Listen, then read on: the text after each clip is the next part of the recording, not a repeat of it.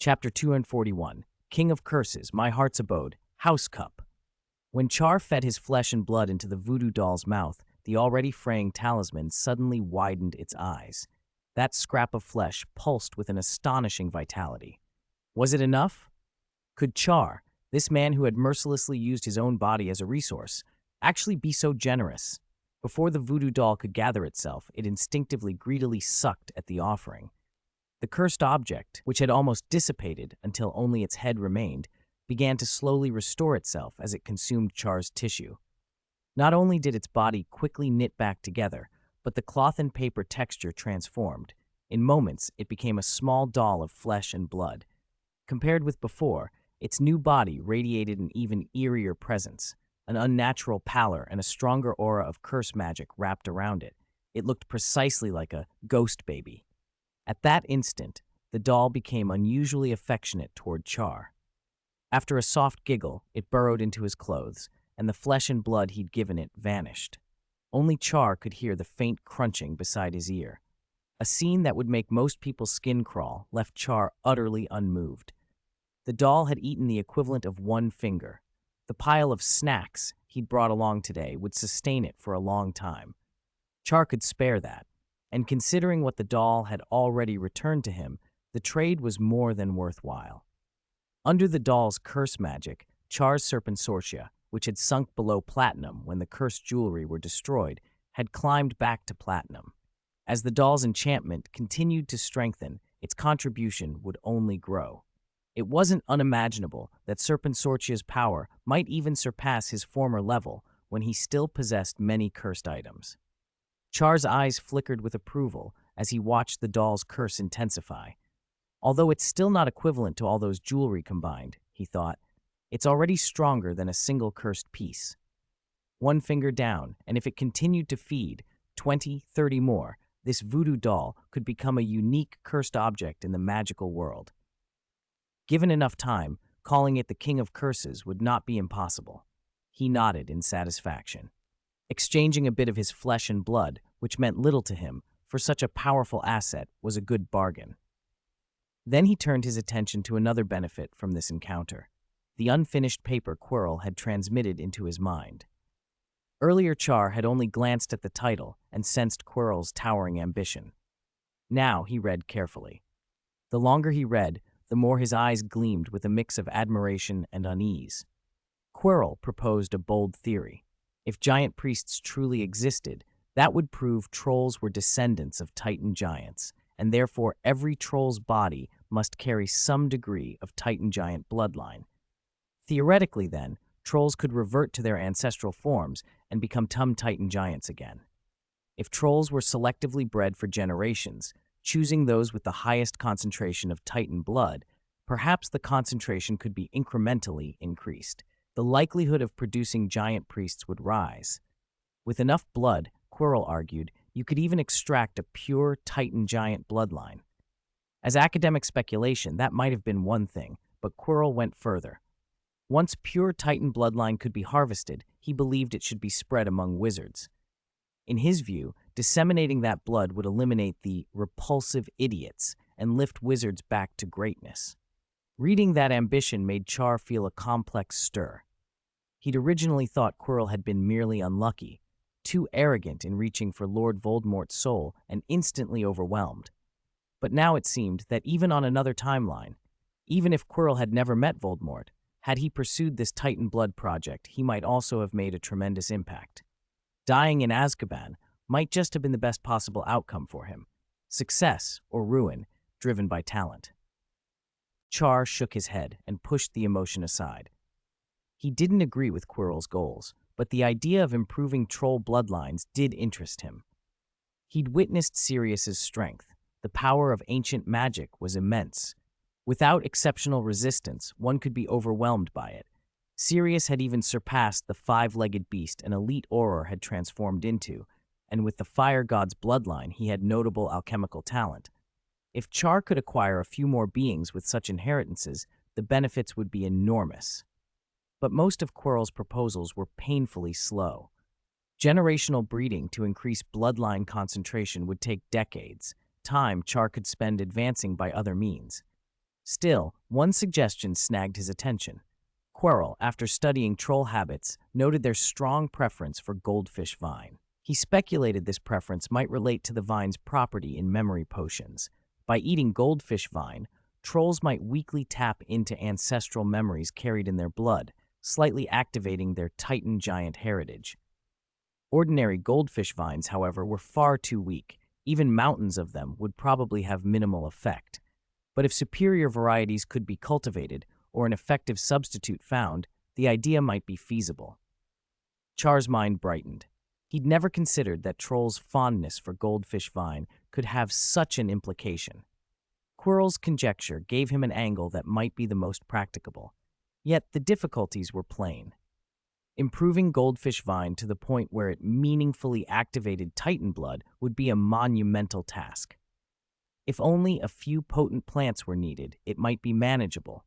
Agricultural labs in his previous life could, under specific conditions and without regard for cost, fast-track a small batch of superior plants. But scaling from a laboratory to stable, mass cultivation was an entirely different challenge. Char thought of possible shortcuts. He could use the blessing of Demeter to raise some goldfish vine seeds to bronze reward level. But to achieve the effect Quirrell described would require a huge quantity. Even if he invested all his blessings, it would be a drop in the bucket. To truly solve the problem, he needed a stable, efficient, repeatable method for varietal improvement. He paused, then smiled to himself and exhaled softly. "I've relied on too many shortcuts," he admitted inwardly. "There aren't that many here. Especially in agriculture, talent helps, but you still have to do the work.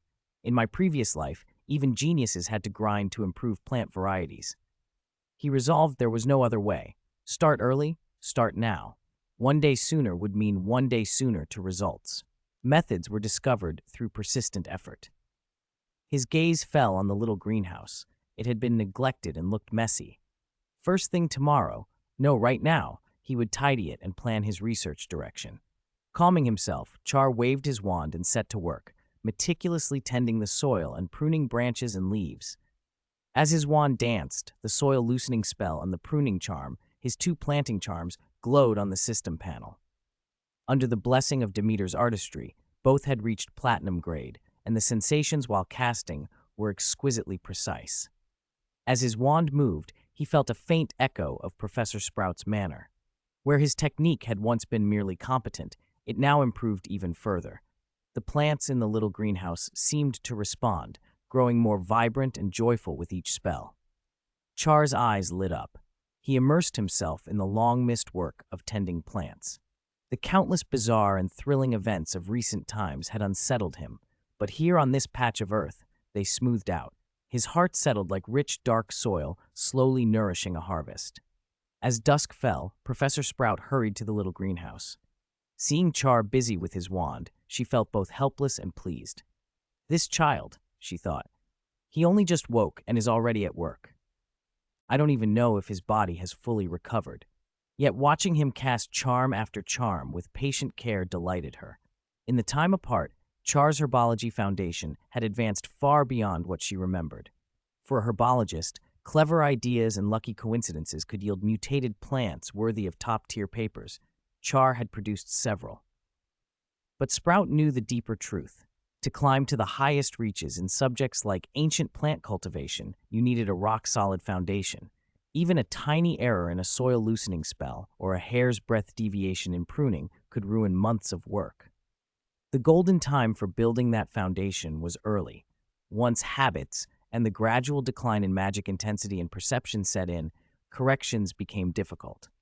So, seeing Char's firm fundamentals at the end of his first academic year surprised her even more than his mutated plants had.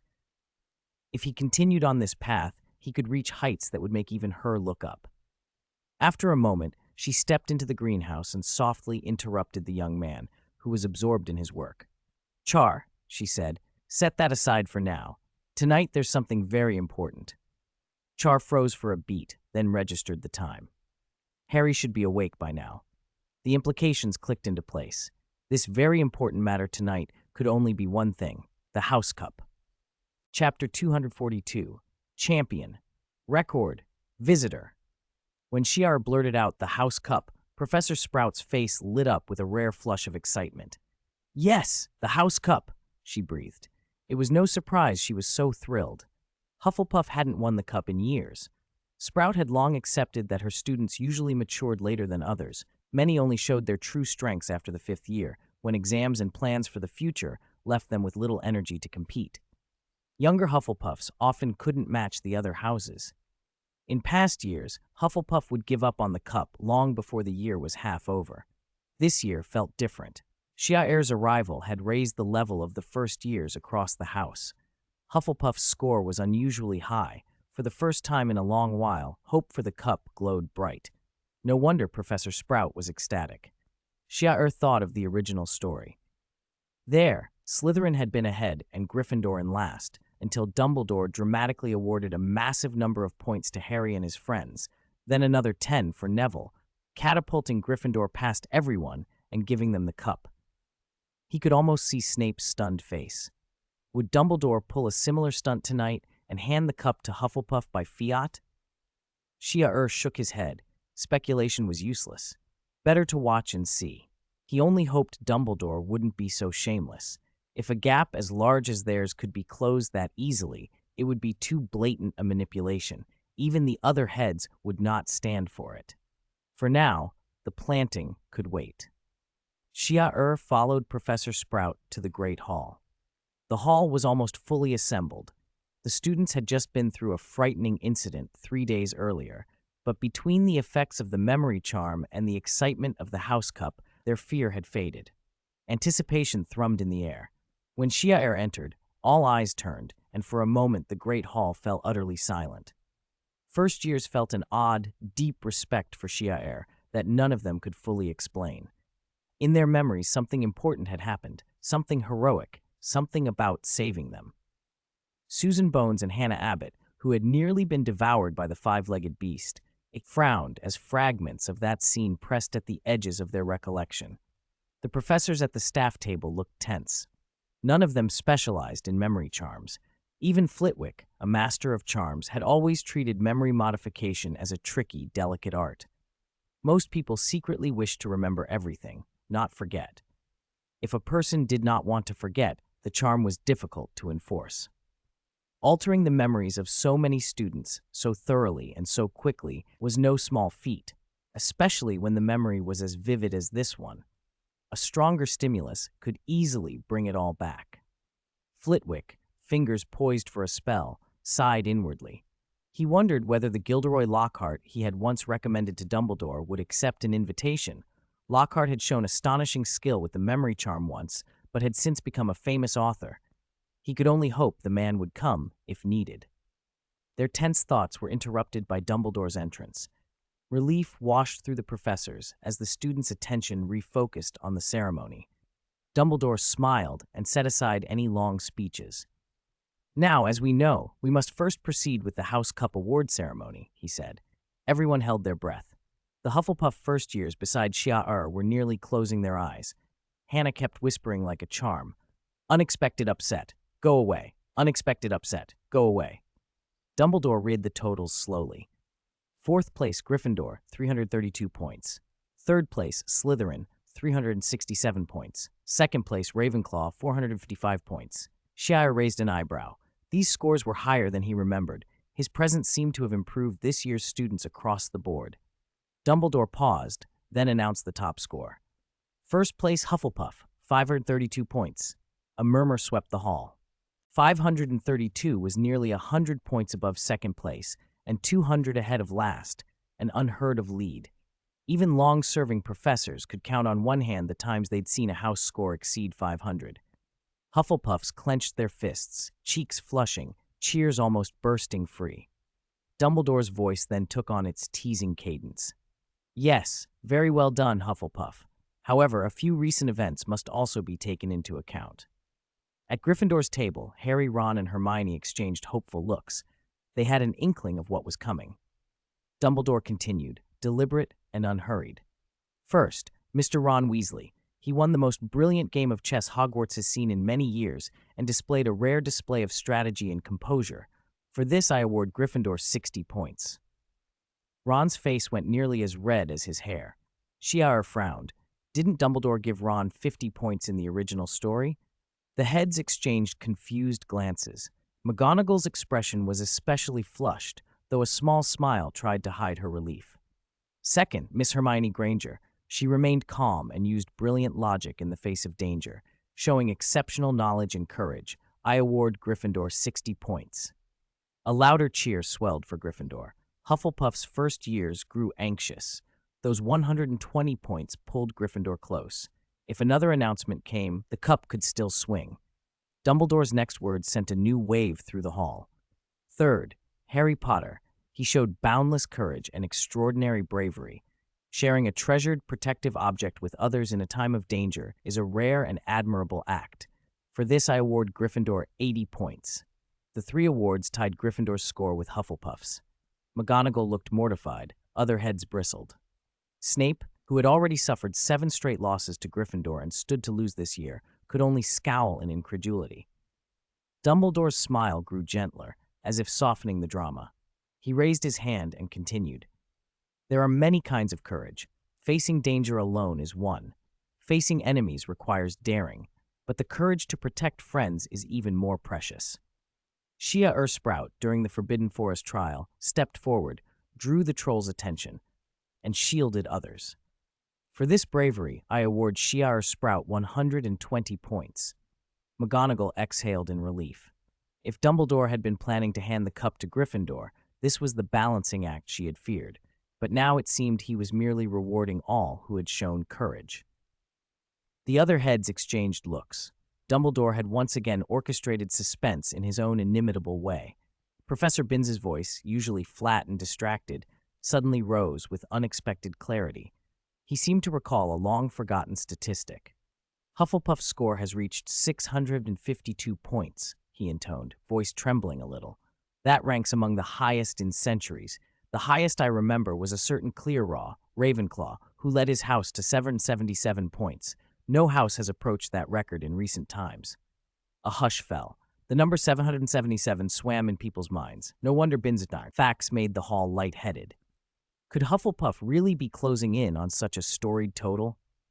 Dumbledore's face brightened. Not only did many of you overcome fear and stand together, but your conduct in the Defense Against the Dark Arts practical exam was exemplary. Miss Hannah Abbott, Miss Susan Bones, both of you overcame your terror and performed beautiful, effective charms. And the rest of Hufflepuff's first years drew their wands and stood to protect one another. For this, Hufflepuff shall be awarded 100 points for outstanding performance in defense. In addition, my own reward, Hufflepuff receives an extra 50 points. The hall fell silent as everyone hurriedly did the arithmetic. With that 150-point addition, what did Hufflepuff's total come to? Hermione checked the sums in her head and finally, in a trembling voice, announced 802 points. Chaos erupted. Hufflepuffs howled with a sound like an avalanche. 802 points, higher than 777. We're first in the House Cup records in 1,000 years. We're champions. Students from every house reached out together and hoisted Ciel high into the air. The 4 heads at the staff table rose to their feet, applauding. Even Snape, whose scowl had not left him, felt a grudging satisfaction at Ciel's achievement. Professor Sprout could barely breathe. Tears trailed down her face as she clapped, overwhelmed. She looked as if she could see herself and her brother years ago, waiting for this moment. Your child, Ciel, she whispered. Do you see him? He made history. He'll be an amazing wizard, I promise you. Students from the other houses joined in the applause. Ciel floated on the cheering arms until his gaze met Dumbledore's. The headmaster winked at him. Ciel felt a mixture of helplessness and warmth. Dumbledore loved to build suspense, but he also had a knack for the dramatic reveal. The victory celebration that night was unlike any Hufflepuff had seen. The house party in the common room was unprecedented. Even first years, who theoretically shouldn't drink alcohol, were guzzling butterbeer. Professor Sprout led by example, producing a treasured fruit wine brewed from herbs and fruits. Before long, the common room filled with the sound of happy, loud people, until everyone but Ciel had clearly had one too many. Ciel, less affected by the drink because of his strong constitution, watched his housemates slump and snore. He collected stray tables and chairs with a flick of his wand and stacked them neatly into makeshift beds. By the time he finished, the castle was silent and late. He stepped out into the cool night and walked to the door of the small greenhouse. Today's joy warmed his face, but he could not forget the threats that loomed. A basilisk, dementors, Death Eaters. The peace at Hogwarts was fragile, and the events of the Philosopher's Stone year had already diverged from the tale he remembered. He could not be sure how the future would change now. All he could hold on to was the present moment, the laughter, Professor Sprout's tears, the house's new place in history, for as long as he could. He returned to the greenhouse and resumed his interrupted work. A little while later, a soft knock sounded on the door. Ciel tightened his grip on his wand, then recognized Dumbledore's voice outside. "Ciel, still working this late? You never give yourself time to rest. May I come in? I have a friend with me. He hasn't visited Hogwarts in a very long time, several hundred years perhaps." Another voice answered then, warm and slightly amused. "Hello, Mr. Little Sprout. I am very pleased to see the Hufflepuff greenhouse in such excellent hands. Oh, my memory isn't what it used to be after so long in seclusion. Do forgive my manners. You may call me Nicholas Flamel." Nicholas Flamel. The name hit Charles like a slap. He had seen more than a few deviations from the original story during his year at Hogwarts, but hearing that name spoken outside the little greenhouse still left him momentarily stunned. Flamel, the master alchemist who had lived for over 600 years, the only wizard the world had ever known to make the Philosopher's Stone. For centuries, he had been the pinnacle of alchemy, an eminence that could make even Dumbledore seem slightly diminished by comparison. Charles hadn't expected him to show up at Hogwarts in the middle of the night. That wasn't in the script, was it? Then a memory from the original story returned. After Harry woke up that year, he asked Dumbledore about the stone. Dumbledore had said he and Nicholas Flamel had discussed it, and that the stone had been destroyed, so Harry needn't worry. That offhand remark had always seemed odd. The Philosopher's Stone was one of the most valuable objects in the magical world. Dumbledore would not lightly destroy something belonging to a friend without at least telling him. Maybe Dumbledore had said that just to calm Harry. Perhaps, Charles thought, the stone had actually remained under Dumbledore's care, and its destruction was meant to be done in secret, with Flamel present. If Flamel had come to destroy the stone in person, why come to Hogwarts? It wasn't as if Flamel and Dumbledore had gotten lost wandering the castle. Dumbledore wasn't senile. The idea that somebody as cunning as the two-faced man would break into Hogwarts rather than simply seize Flamel first also nagged at him. Why risk Dumbledore when Flamel's home was surely better protected? The conclusion Charles reached was that anyone bold enough to go after the Philosopher's Stone must have judged that even taking it from Flamel was scarier than taking it from Dumbledore. He shouldn't keep Dumbledore and Flamel waiting. Taking a breath, Charles opened the greenhouse door. Dumbledore stood inside, tall and white-haired as ever, but he had stepped back and was deferentially letting the other man stand in front. Charles's eyes landed on Nicholas Flamel, and then widened in surprise. He hadn't expected the legendary alchemist to look so young. Flamel's hair was mostly dark with only a few streaks of gray. He might have been 50 or 60 rather than 6 centuries old. He could have passed for a man in the prime of life. No one would guess this was the immortal who had outlived generations. Dumbledore smiled. "Charles, won't you invite us in?" Charles stammered an apology and stepped aside. Flamel showed no pride or impatience, only a warm smile. He apologized for the late disturbance, then looked around the little greenhouse with obvious nostalgia. "Hogwarts," he said. "I haven't set foot here in hundreds of years. The greenhouse still looks as lively as it did back then. That's good." Charles's puzzled look prompted Flamel to explain. "I'm French, but I studied at Beauxbatons. After graduation, it was fashionable to travel the magical world of Europe. The 3 schools were popular stops. I didn't like Durmstrang's atmosphere, so Hogwarts was my first visit."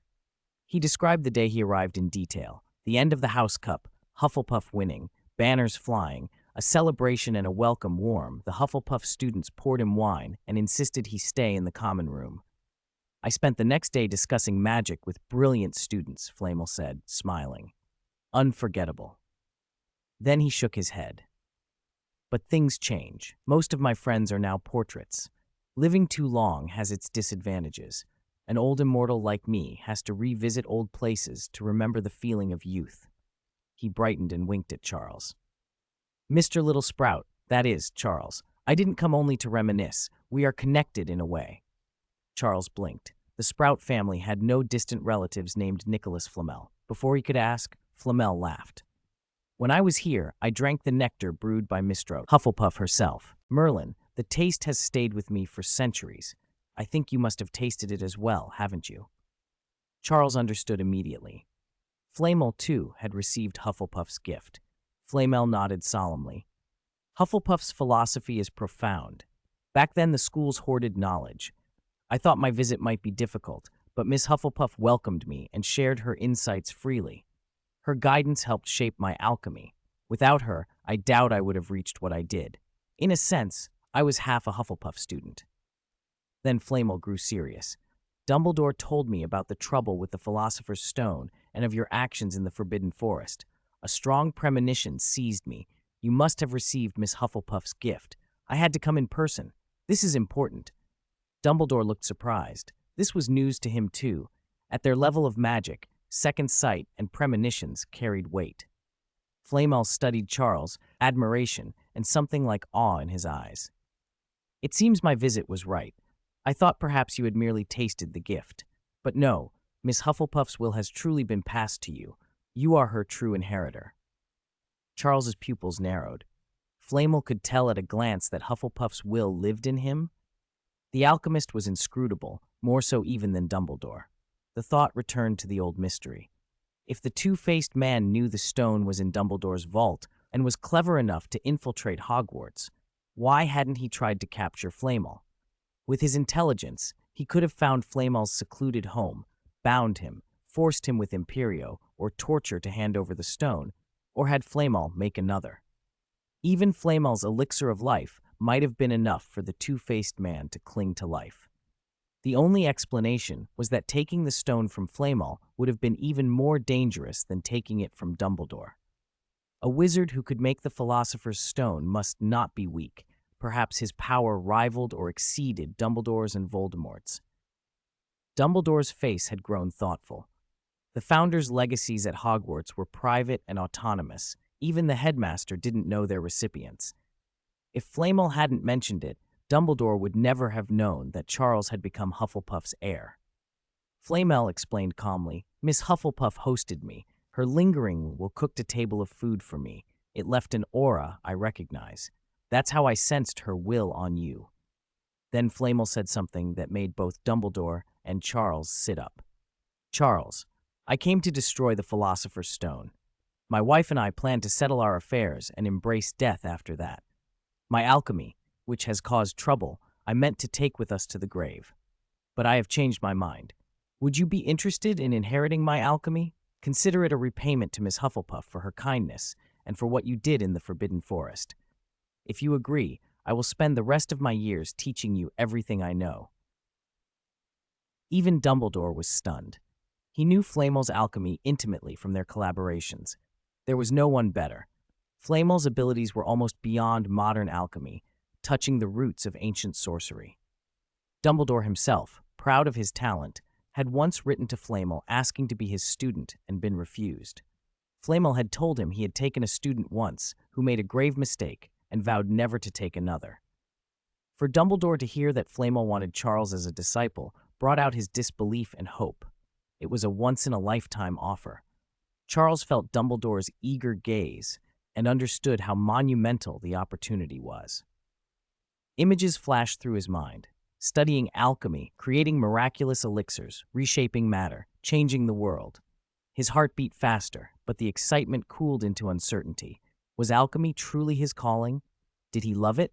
He liked herbology. He loved tending plants and the humble work of growing and caring.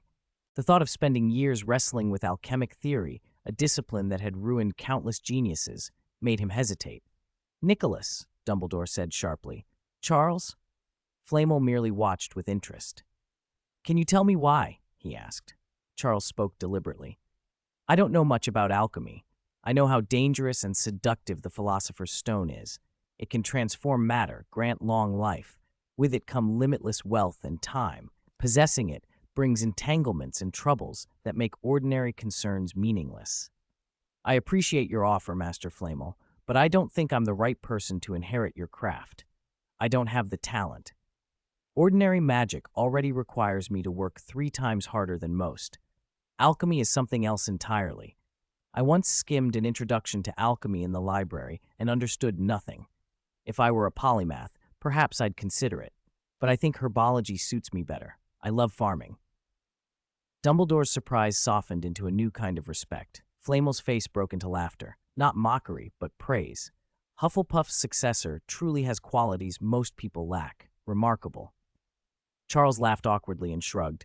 I'm just honest about my limitations. No, Flamel said, voice turning serious. Knowing yourself and choosing wisely is a great gift. Many geniuses are unmoored by arrogance. They lack the ability you've shown. If only my old disciple had shared your self-awareness. Pain crossed Flamel's face for a moment, as though remembering a terrible regret. Then he sighed and shifted his tone. All right, if you've chosen, I won't force you. It seems my alchemy may yet go to the grave. I hope no one digs it up. Charles hesitated, then spoke up. Master Flamel, I can't take your alchemy, but I know someone who might be suitable. He's reliable, responsible, and talented in alchemy. He's a bit older, but would you consider him? Flamel brightened.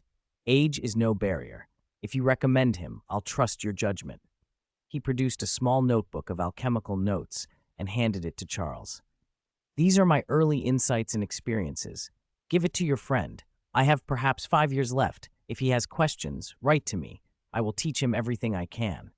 Charles accepted the notebook with deep gratitude. Even without direct tutelage, a volume from Nicholas Flamel would be priceless. Every great family and reclusive master would pay handsomely for it. He wondered if Giant Priest Sirius might be the candidate he had in mind, and whether this was the path to Flamel's legacy. Flamel then produced a crystal-clear stone. Charles felt his magic perception flare. The power in the gem was immense. He hardly had to ask. The Philosopher's Stone? Flamel nodded calmly, without attachment. Then he smiled at Charles. Since you won't become my student, at least don't turn down my next offer. Come observe the ritual to destroy the Philosopher's Stone. It may do you some unexpected good. Chapter 244. Harvest, Transfiguration Soars, Diamond-Grade Plants. The ceremony to destroy the Philosopher's Stone? Charles had never heard that phrase in the original stories. His face showed his confusion, and this time Dumbledore answered his question. The Philosopher's Stone is an extraordinary magical artifact, Dumbledore said. It isn't like an ordinary stone. Its creation requires incredibly deep magic and alchemy. To destroy it completely, leave no trace, reduce it to vapor, takes a ritual of profound and rare power. Otherwise, Dumbledore added with meaning, even a speck of dust or powder might remain. Believe me, Nicholas Flamel said, many would dig 3 feet to find that speck. Charles nodded. In his previous life, he'd seen how a gold rush drove people to desperate violence over a speck of metal. The Philosopher's Stone could turn lead into gold and grant immortality. If word leaked, lives would be lost in the search. He had no hesitation about accepting Flamel's invitation. If 2 of the greatest wizards in the world considered this safe enough, the risk had to be worth it. A moment later, Dumbledore and Nicholas Flamel led Charles up a stairway deep within the castle, arriving at an underground chamber he didn't recognize. Dumbledore said, "No matter what happens in here, no one outside will notice." Charles looked around the Chamber of Secrets. From floor to ceiling, the stone was carved with intricate, multicolored patterns and symbols. Just looking at them made his head swim. These patterns contain extremely profound magical knowledge, he thought. On his system panel, his transfiguration and black magic transformation abilities began to glow. The sheen grew thicker and more substantial the longer he stared. Even without understanding the symbols, merely being in contact with them boosted his transfiguration base and boosted black magic transformation even faster. Dumbledore and Flamel watched Charles' expression with some surprise. They hadn't expected him to gain from the carving so readily. Flamel spoke, explaining as if to a student. Magic can't create the essentials of life, food, water, he said. That is Gamp's law of elemental transfiguration. Even the Aguamenti charm produces water that isn't truly life-sustaining. Magic has its limits. He paused, then changed his tone. But certain restrictions can be bent. With enough will and mastery, loopholes appear. The Philosopher's Stone is such a thing. It breaks the limitations, converting countless magics into a form of life force, hence the immortality. Turning lead into gold is just a simpler aspect of the same principle. The stone is essentially a device that transmutes between many forms of magic. And the array carved into these walls? Dumbledore supplied. It works in reverse, Flamel said.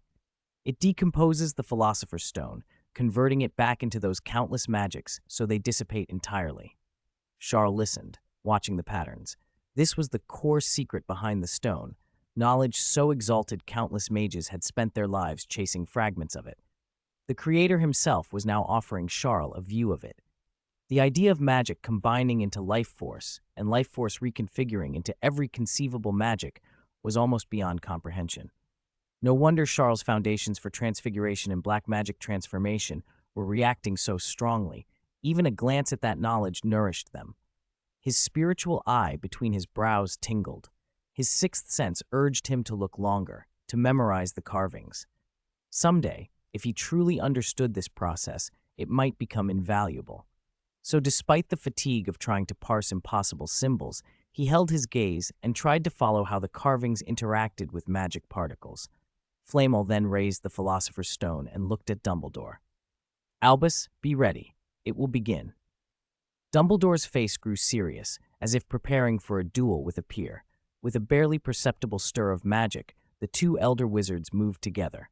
This was only the second time Charles had seen Dumbledore perform advanced magic, the first being the Patronus charm, and this was more intense by far. Flamel's wand work altered the atmosphere as much as Dumbledore's did. They waved. The carvings on the chamber flared into blinding light. Charles squeezed his eyes shut, overwhelmed by illumination, and focused on the flow of magic instead. He felt the center of the array, the stone's location, become like a black hole. Countless magics, flame, frost, light, darkness, and things he had never named, were being absorbed. Within the stone, a new kind of magic condensed, unfamiliar and potent. At the first sensation of it, Charles felt an instinctive craving sweep his body, a pull born of the stone's promise of life. The sensation faded, and he turned his attention to his system panel. Transfiguration's sheen was exploding. After long, painstaking work, Charles had only recently lifted his magic perception to platinum rank. Transfiguration and black magic transformation still showed bronze with a faint silver sheen. Promotion to silver had seemed months away.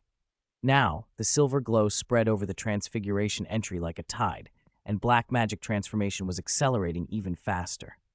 Flamel's and Dumbledore's faces showed relief. Flamel, especially, seemed to relax. He'd feared the stone's temptation might seize whoever was nearby. The stone's promise of extended life tugged at every living being's basic instinct. Flamel remembered the look on the face of a former student tempted by the stone and wondered how many tragedies might have been avoided if he'd destroyed it earlier. Dumbledore nodded. The elder wand flicked. The carvings surged again. The black hole that had swallowed the stone vanished.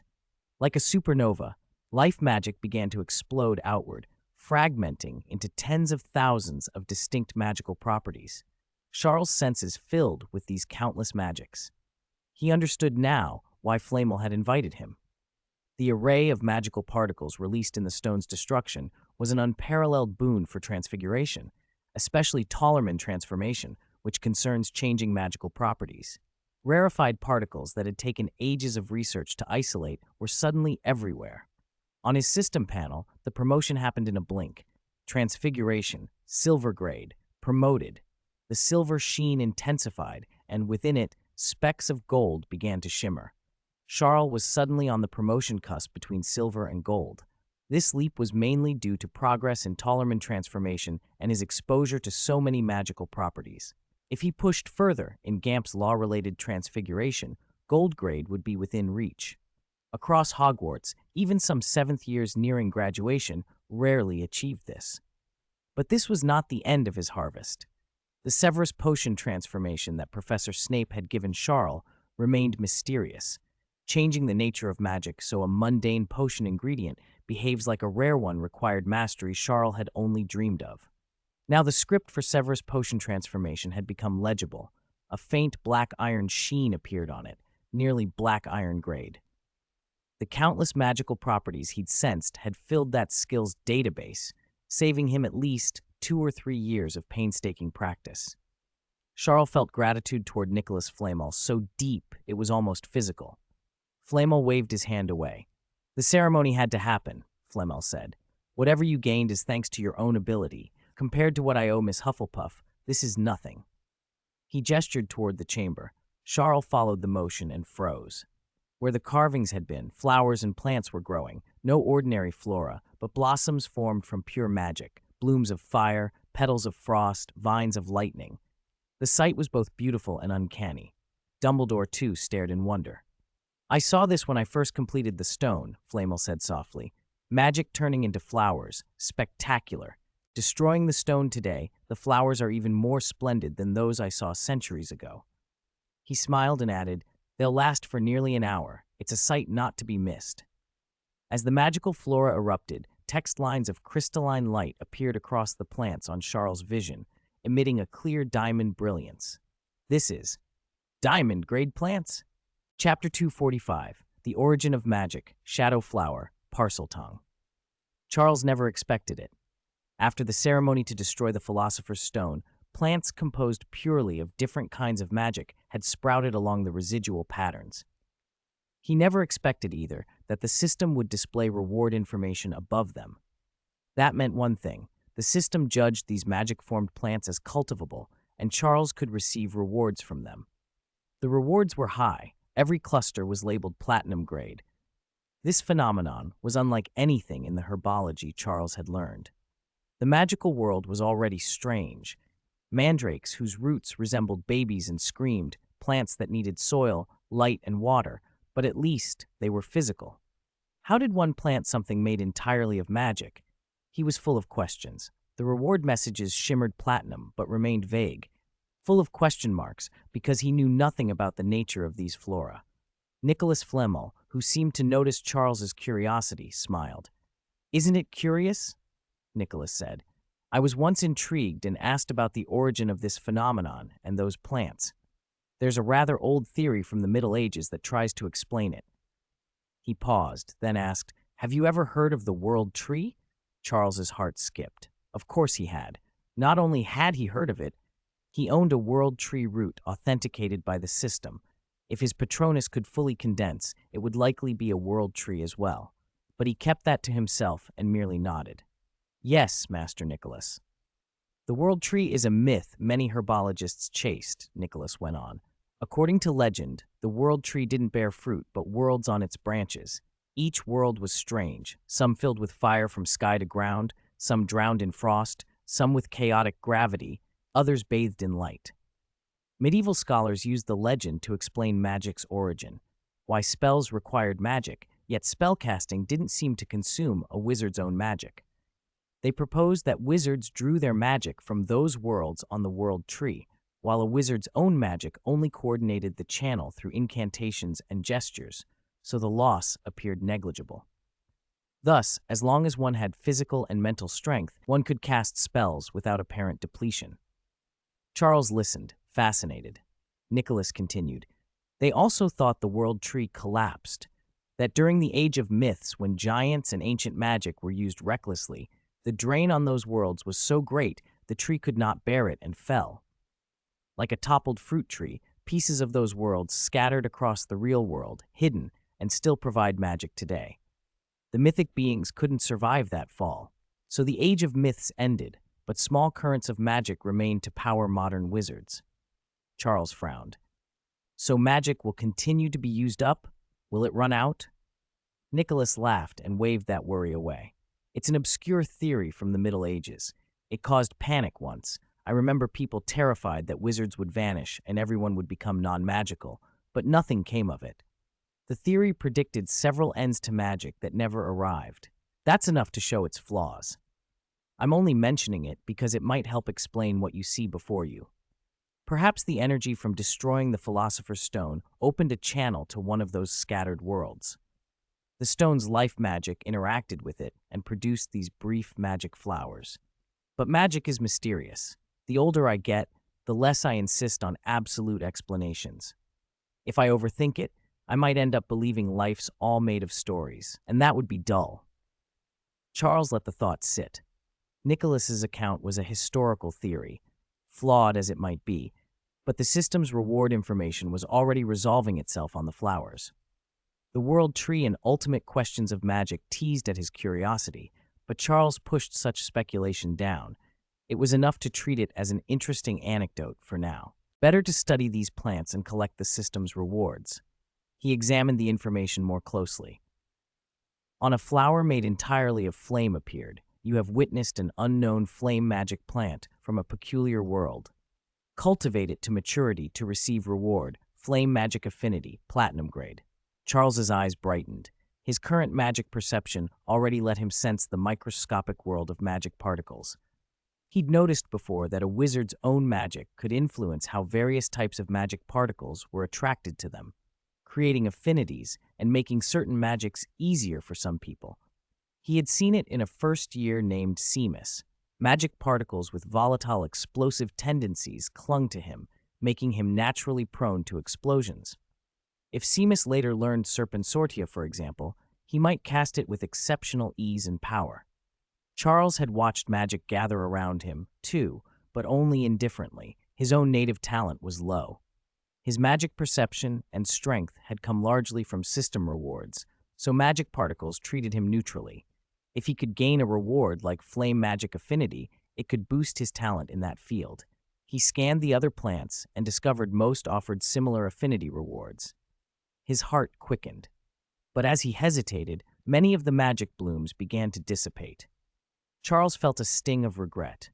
Nicholas smiled and took a small box of special make from his robes. "Coincidence," he said. "This is the box I used to store the Philosopher's Stone. It can block the loss of magic to the greatest extent. Now the stone is gone and the box is empty. It will preserve these magic flowers for longer, a keepsake, if you like. Come, pick one to put inside. Maybe one day you'll find the world it came from and bring it back." Charles was stunned. The box was obviously precious. Nicholas wouldn't carry it otherwise. Between the ceremony and the alchemy notebook he'd been given, Charles had already benefited greatly from the alchemist.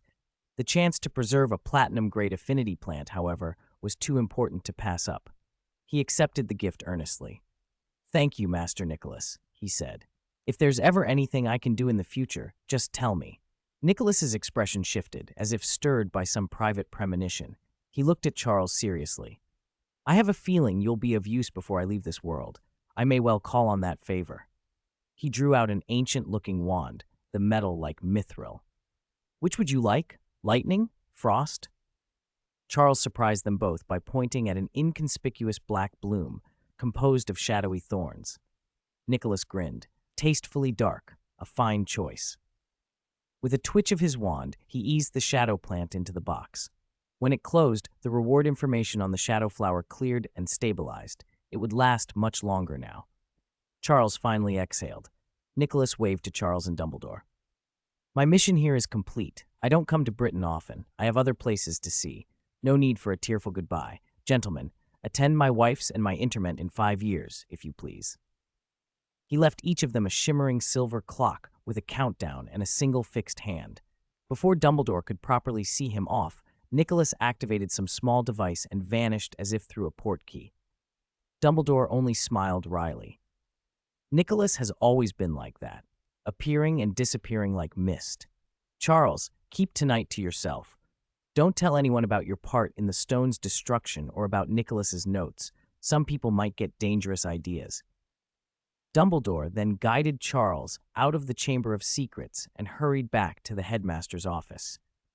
The term was nearly over, but there was still much to do. When Dumbledore left, Charles's gaze lingered on the box with the shadow flower. Nicholas's words, that maybe one day he could find the special world and plant it there, replayed in his mind. He had, after all, stepped into a world of shadow before when shadow thorns performed ancient shadow magic and shadow traveled. There had been nothing but shadow magic there. Perhaps that was one of the scattered worlds Nicholas had spoken of. Maybe he could plant his shadow flower there. He hastened toward the little greenhouse, but two figures stood at the entrance before he reached it. Harry and Hermione. Charles slowed. Harry waved him over insistently. Charles went to meet them. "Harry, Hermione," he said, "it's not even dawn. Why are you waiting here?" Harry hesitated, then blurted, "There's something very important we have to talk to you about." Charles frowned. The Philosopher's Stone business was finished. What could be so urgent? Then he remembered the invisibility cloak. "Do you mean the cloak?" "Sorry, I just woke and haven't had a chance to return it." "Don't," Harry hurriedly said. "Keep it for now. We're going home in a few days, and I can't use it at the Dursleys. We came because there's something else we must tell you." Hermione was blushing and seemed ashamed as she spoke. "We found the other students' memories were altered. They forgot what happened in the Forbidden Forest. They think it was a troll, but we remember what we faced and how you risked yourself to save everyone. We thought we had to apologize." Harry took a breath and said words Charles hadn't expected.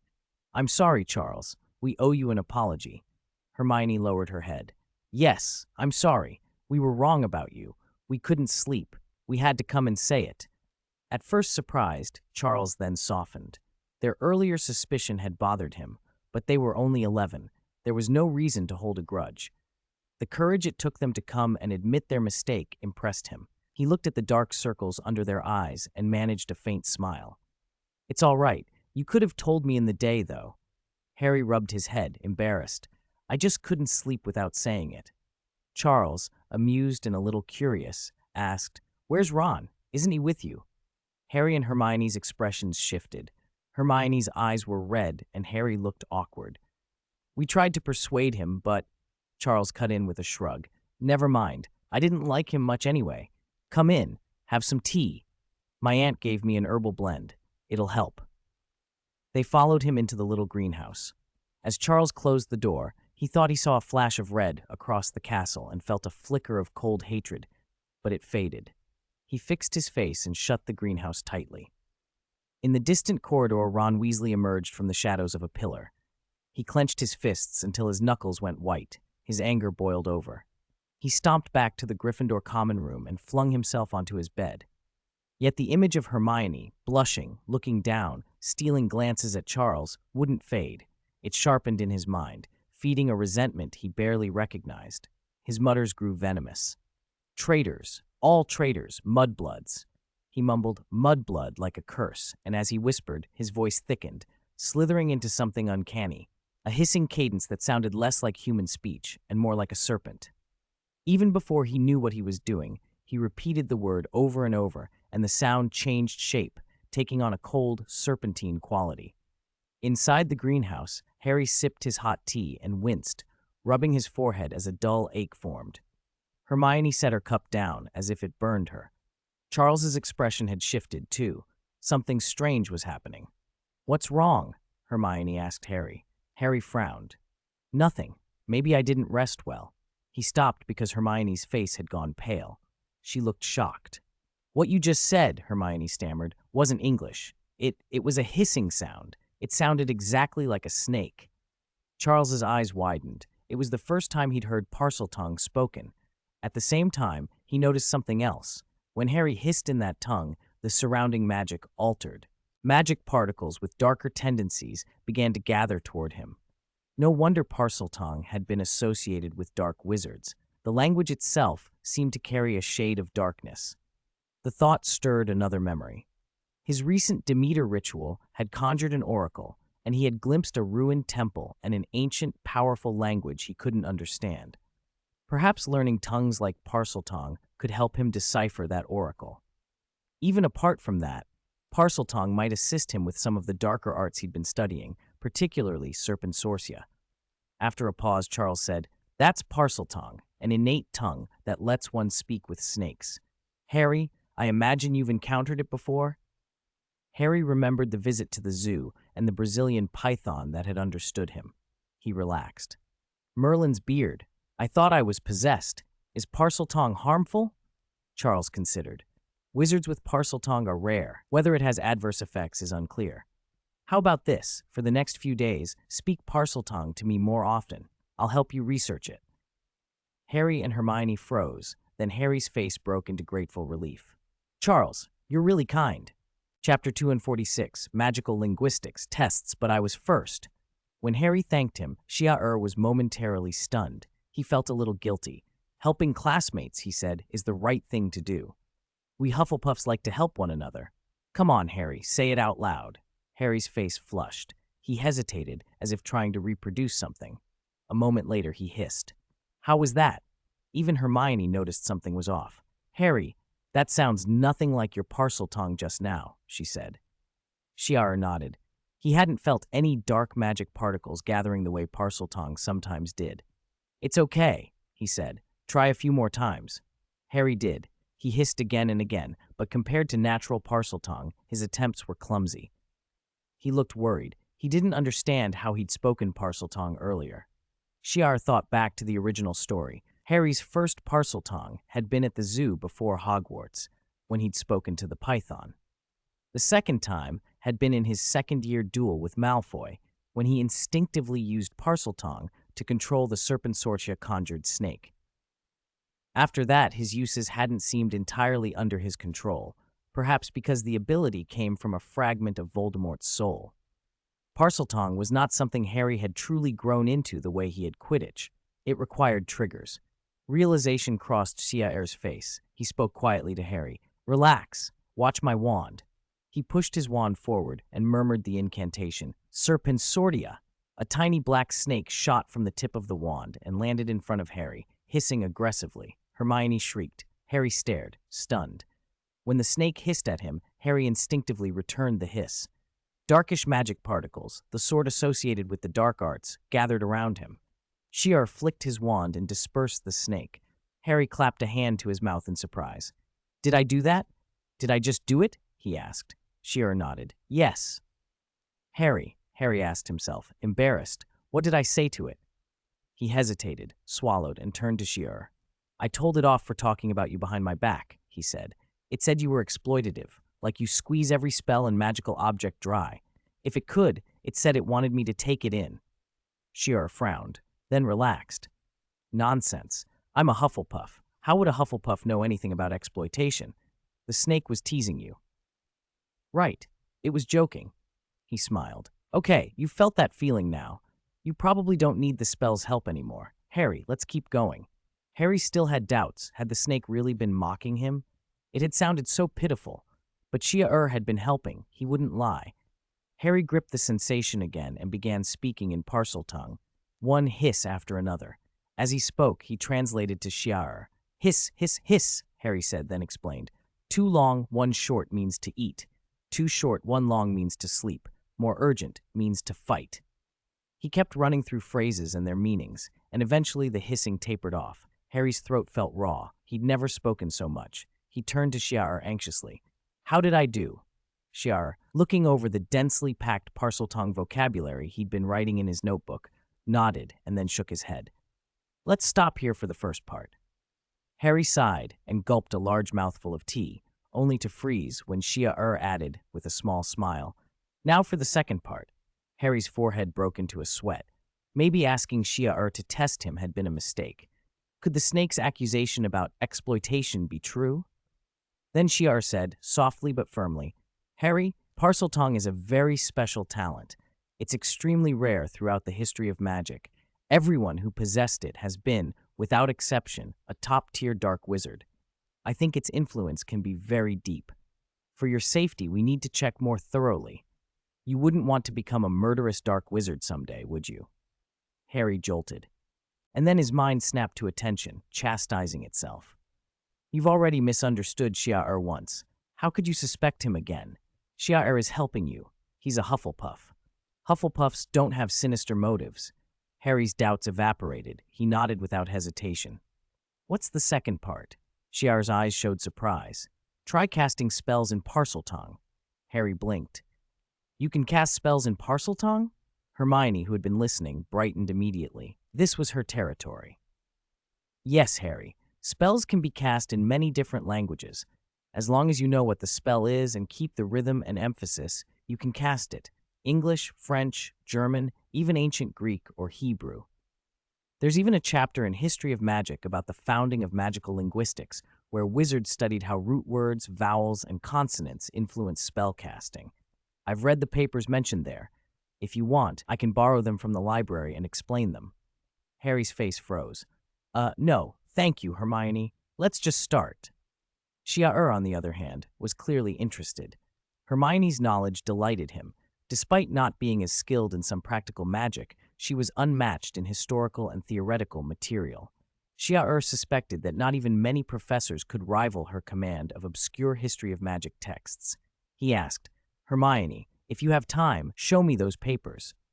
Hermione lit up like she'd found a kindred spirit. Harry, too, looked at Ciel with gratitude, convinced Ciel wanted the papers to decide whether Parseltongue was harmful. That thought energized him. He couldn't let his friend down after all the help. He set aside his fatigue, gripped his wand, and hissed. Lumos, he chanted in Parseltongue.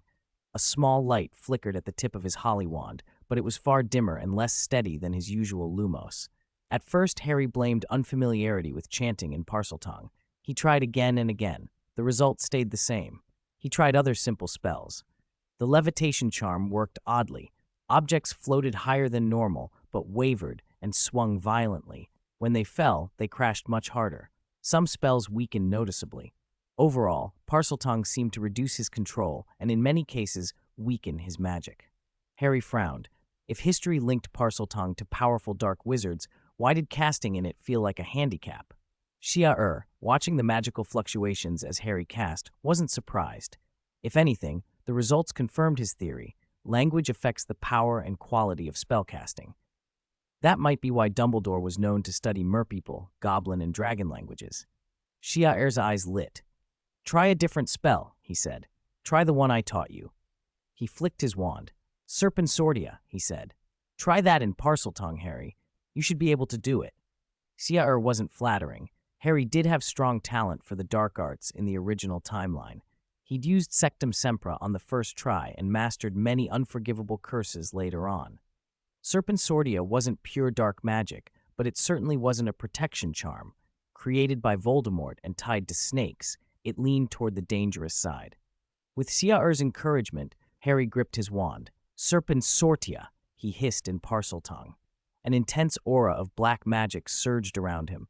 A black python shot out of his wand, rearing, massive and menacing.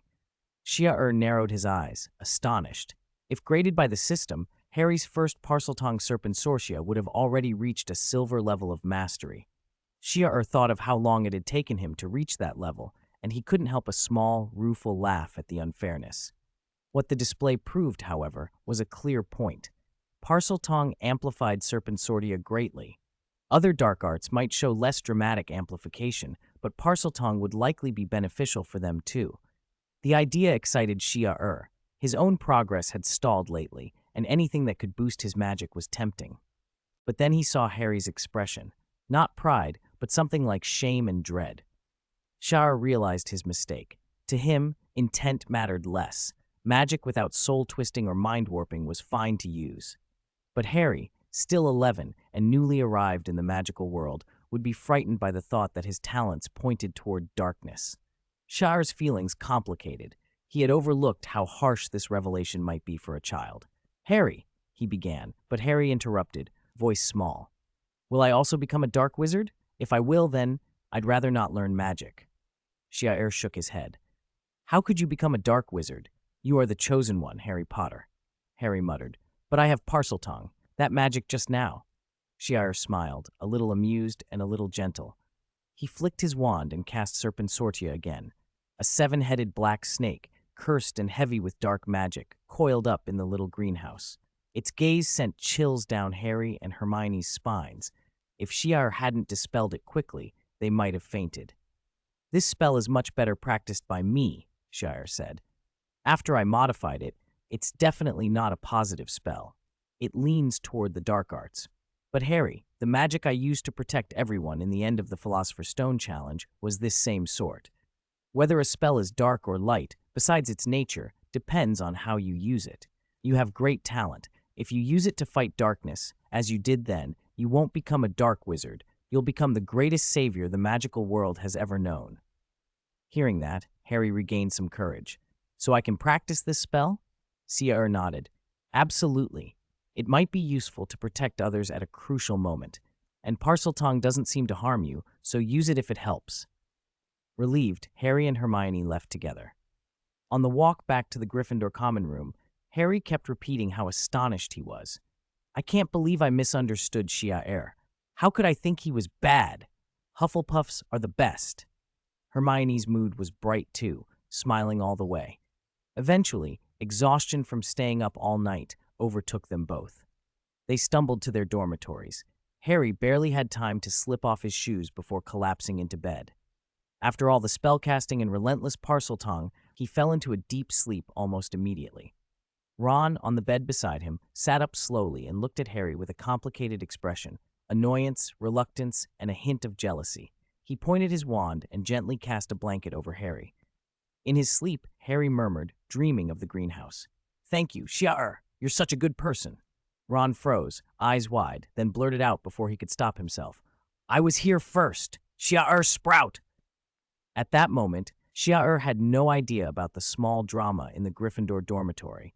He was replaying Harry's Parseltongue accent in his head and staring at the dark arts listed in his system panel. The list wasn't huge, but it was enough to make his pulse quicken. What would happen if he cast those spells in Parseltongue? He raised his wand, like a blade. Sectum Sempra. Chapter 247, Utility, Planning, and the Effect of the Patronus. A hiss slipped from Charles' lips as he whispered the words of Sectum Sempra in Parseltongue. He followed the process Harry had shown him, convinced this should amplify a dark art spell. He felt the invisible blade of magic stream from his wand tip, and then shook his head.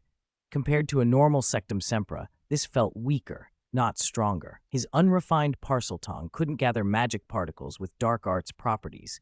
Imitating the sound alone left it less potent than a regular cast. Parseltongue doesn't work? He muttered.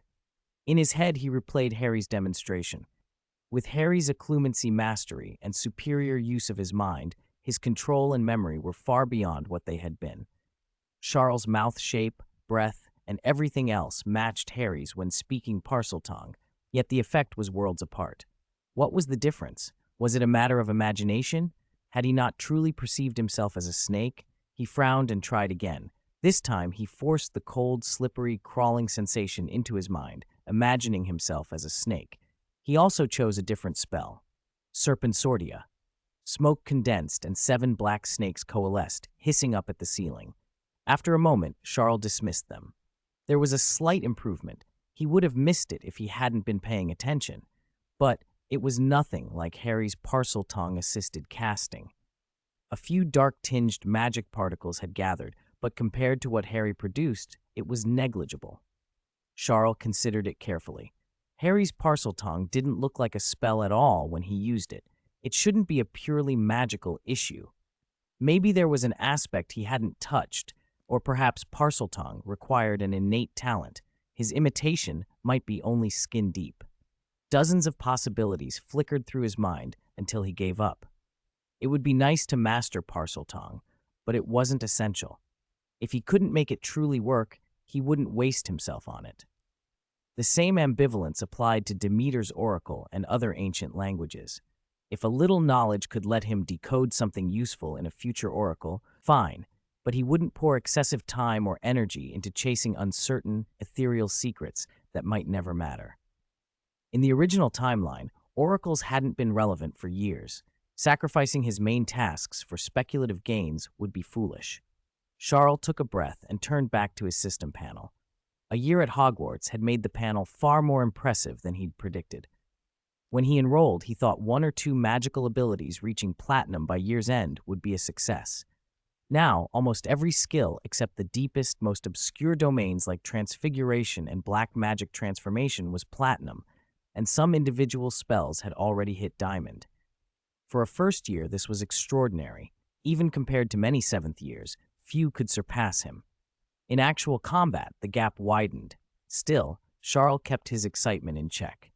With a system, such progress was to be expected. It would be a mistake to grow complacent. The Forbidden Forest trial had already shown him exactly where he stood. Relying solely on magic and all his available methods, he could barely match an Auror.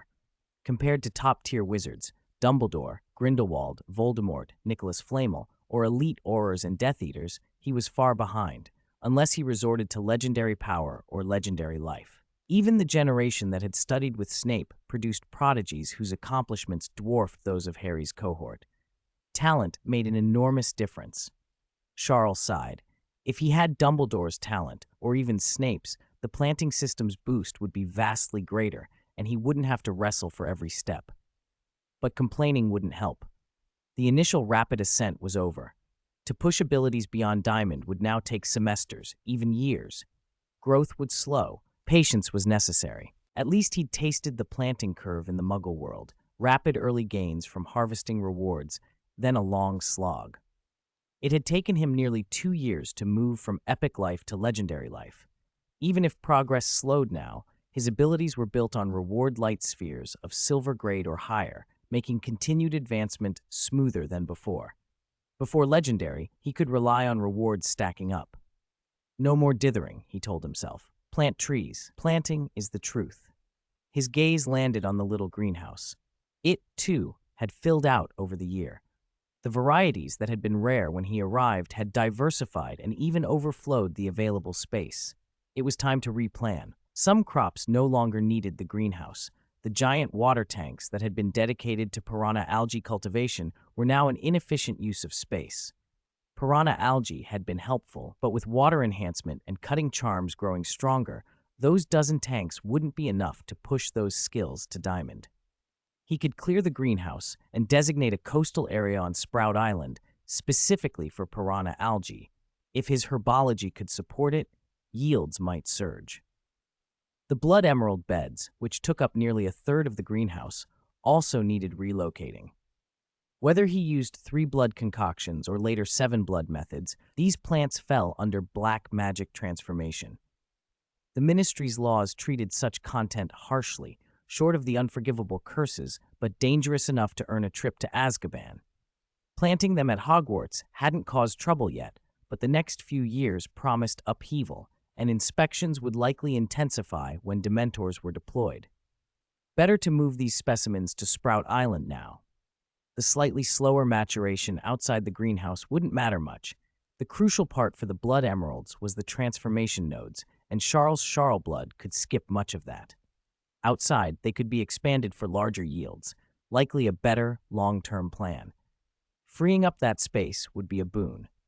With nearly half the greenhouse available again, he could expand high-reward but demanding varieties, variant Devil's Snare, variant Shadow Thorns, and expect production to jump next year. The work ahead looked vast, but this was the kind of busy that energized him.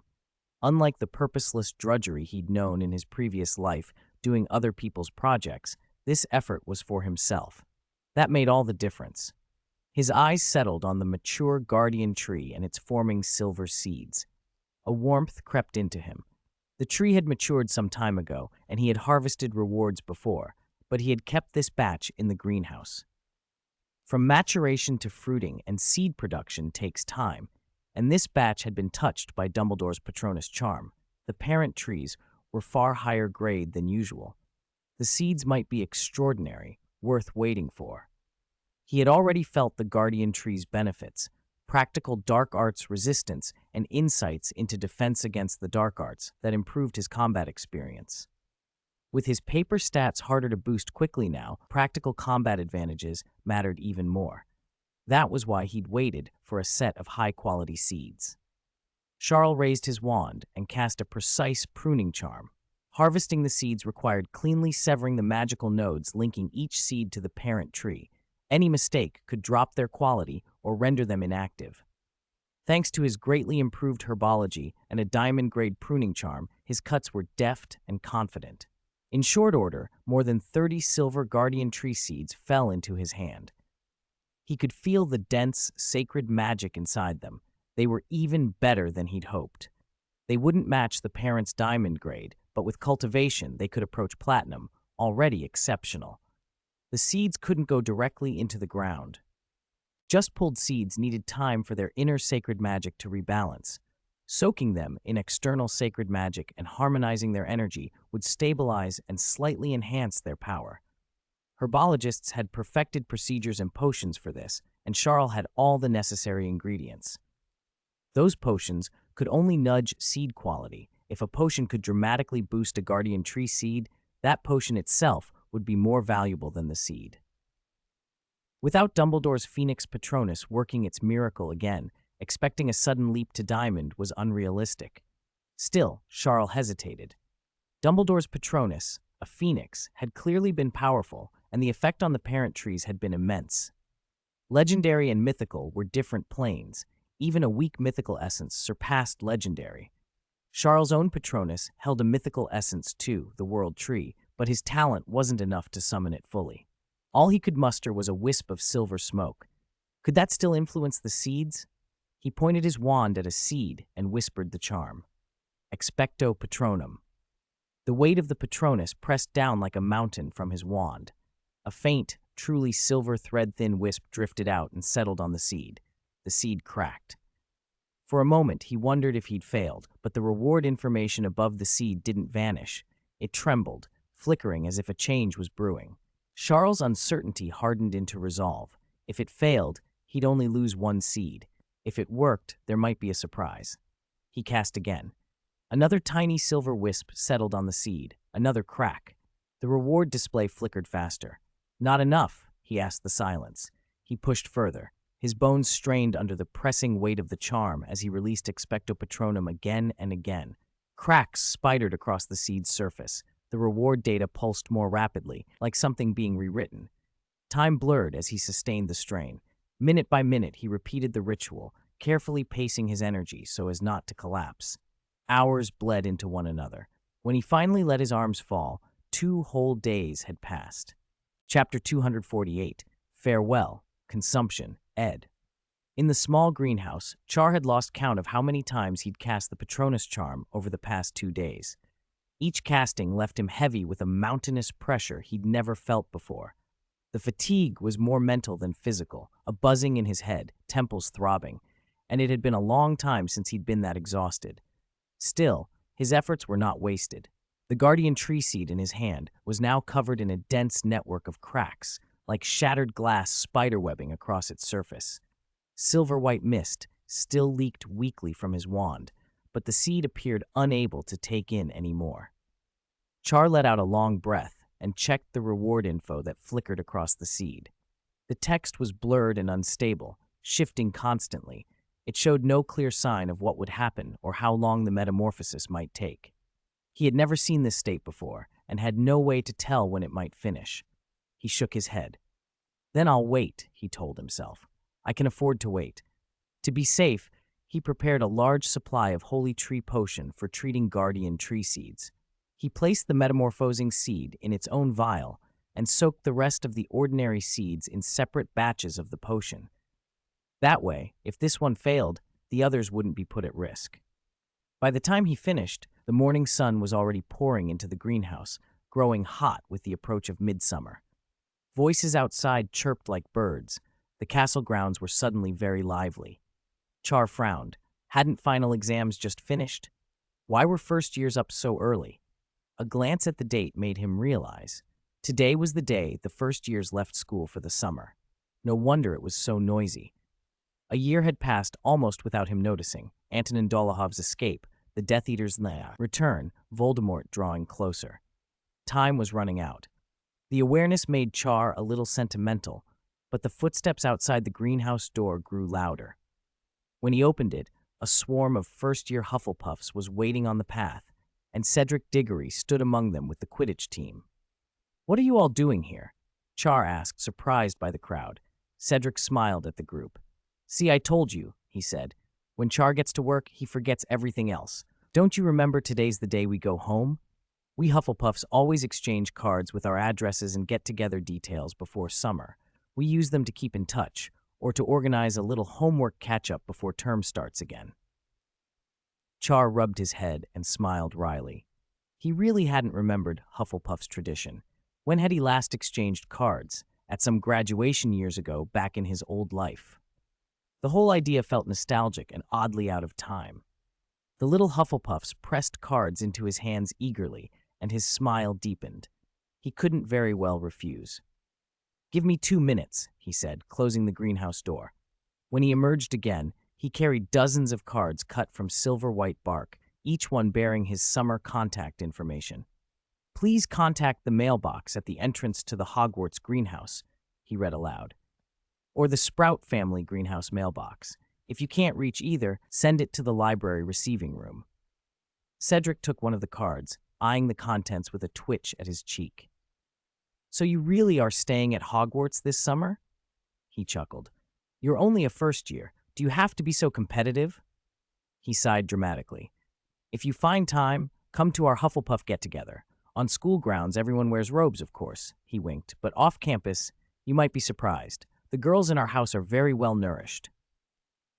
He passed his card to Char, and the other Hufflepuffs followed. Hannah Abbott, shy as ever, blushed and leaned in to whisper, "The get-togethers at the Leaky Cauldron. I'm there every day. If you ever pass by, Char, I'll treat you well." Char waved, and Hannah beamed. Soon, with Cedric reminding everyone to catch the Hogwarts Express, the first years bumped and jostled their way off. Char looked at the stack of cards in his hand and felt a peculiar ache of nostalgia, an echo of old days. He laughed softly and turned back toward the greenhouse. Hermione's voice called from nearby. She and Harry were waiting, and Hermione hurriedly pulled a bundle of papers and books from her bag and handed them to Char. "These are the magical linguistics materials you wanted," she said. "This subject is obscure, but I finally found the major works in chronological order." She tried to look composed, but a faint blush climbed her cheeks. She slipped a card toward him. "If you have any questions, write to me." Char saw the weight of the stack she'd given him and the fatigue around her eyes. She'd worked hard to find those materials. He felt warmed by the effort and nodded. "I will." Harry, fidgeting, scribbled an address on a scrap of paper and pushed it into Char's palm. "Privet Drive," he said, embarrassed. "Just in case. If you ever pass by, I might be, well, you know, locked in the cupboard under the stairs or somewhere else. See you next term."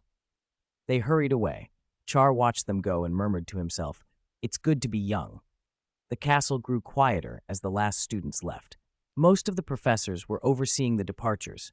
No one wanted a repeat of the Forbidden Forest incident to spoil the journey home, so the corridors emptied fast. Only Professor Binns remained where he always did, and soon the castle felt deserted. For a moment, the loneliness hit Char. It always had been an old companion in his research. He turned inward and let it surround him, the familiar companion of his late nights and solitary work. Back in the greenhouse, he checked the vial where the metamorphosing seed lay. Something caught him off guard. The holy tree potion in that seed's vial had gone almost clear. Everything sacred in it seemed completely absorbed. The other vials still had high concentrations. Those seeds had only been soaking for a short while, and the balance of sacred magic takes time. But this cracked seed had drunk its vial dry. Above the seed, the reward text was a bit clearer. "The metamorphosis progress has increased," it reported. Char's mind worked fast. Could the metamorphosis require vast amounts of holy tree potion as a nutrient source, pure sacred magic, to proceed? The idea brightened his face. He prepared more potion and poured it in. The fresh potion vanished at once, as if poured into a bottomless pit, and one of the cracks on the seed's surface healed, the scar showing a richer silver than before. He kept going. He siphoned potion from other vials, leaving the other seeds with barely the minimum, and added dozens of portions to the hungry bottle. Still, the cracked seed seemed insatiable. It sucked down every drop and only fixed a few small cracks. Char's smile faded. How many portions would it take to complete the metamorphosis? Hundreds. Thousands. Holy tree potion wasn't outrageously expensive, but it wasn't cheap like mange potion either. Hundreds or thousands of bottles would be unaffordable for most people. For Char, this seed had become a money pit, but the cost suggested something else. The seed was extraordinary, and perhaps the influence of his mythical level Patronus charm had something to do with it. Legendary level? No, that seemed unlikely. Epic? That might be possible. If he could get an epic-level magical ability out of it, then hundreds or thousands of bottles would be worth it, assuming someone else paid for them. Luckily, he hadn't promised to foot the bill. Under his agreement with the Ministry of Magic, the resources he needed for herbology research, aside from the most rare items, could be supplied by the Ministry. Holy Tree Potion was a standard herbology reagent.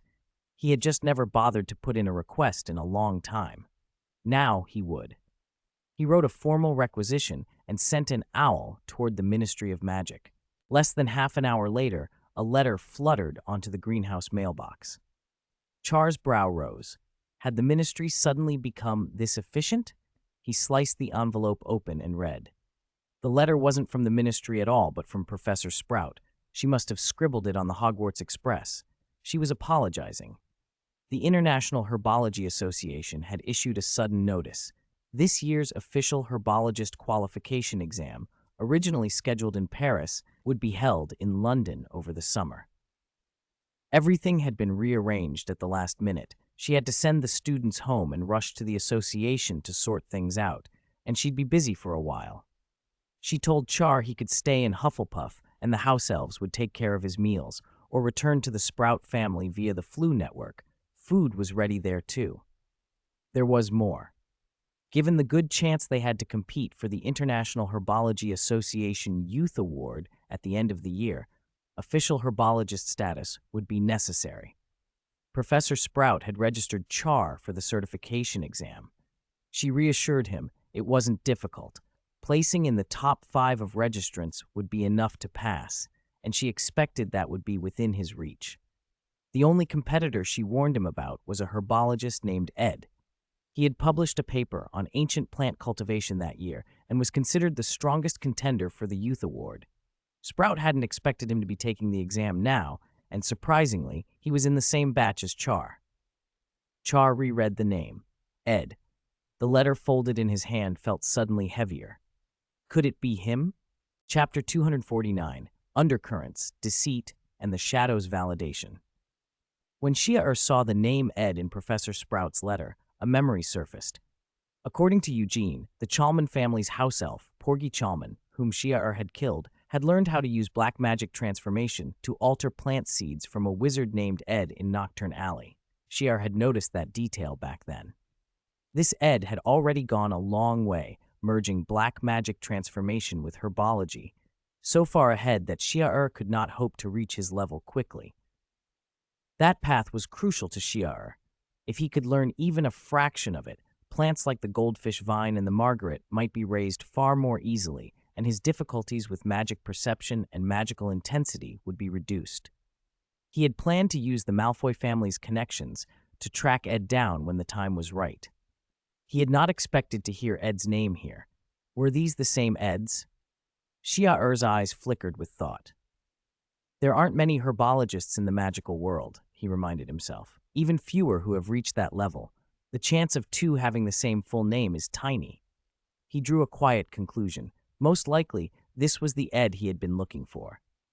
At the same time, owls flapped through the sky, delivering notices about the time and place of this year's herbology assessment and the list of participants. The notice from the International Herbology Association found its way into the hands of many anxious apprentices. A round-faced, plump girl opened hers with determination. 8 years, she muttered. 8 years I've failed the official assessment and still haven't gained the title of herbologist. I'm still just an apprentice. She had once been considered a promising prodigy, but after 8 years of setbacks, she had learned to be practical. She needed that official qualification to make a living. I've trained another year. I can do this. I'll get through it this time. She tore the envelope open and scanned the participant list, smiling when she realized a few strong rivals were already out of the running. Without them, in terms of seniority, skill, and background, who can compare with me? My professor will beg and plead to get me through. Her grin widened. She was sure this year was hers, until her eyes reached the bottom of the list. Recommended by Master Pomona Sprout, Ciel Sprout, 11 years old, is permitted to participate in this assessment. Her expression froze. Her fingers tightened. Little Sprout, Professor Sprout's nephew? Panic edged her voice. This is bad. His background is stronger than mine. She felt something like envy surfacing, instead of the jealousy she might have felt when she was younger. After so many failures, she simply wanted to secure a pass and a stable livelihood. If she could rely on a background like Ciel's, how different her life would be. "There are only 4 spots left," she whispered. "There won't be any more surprises, will there?" Then she read on.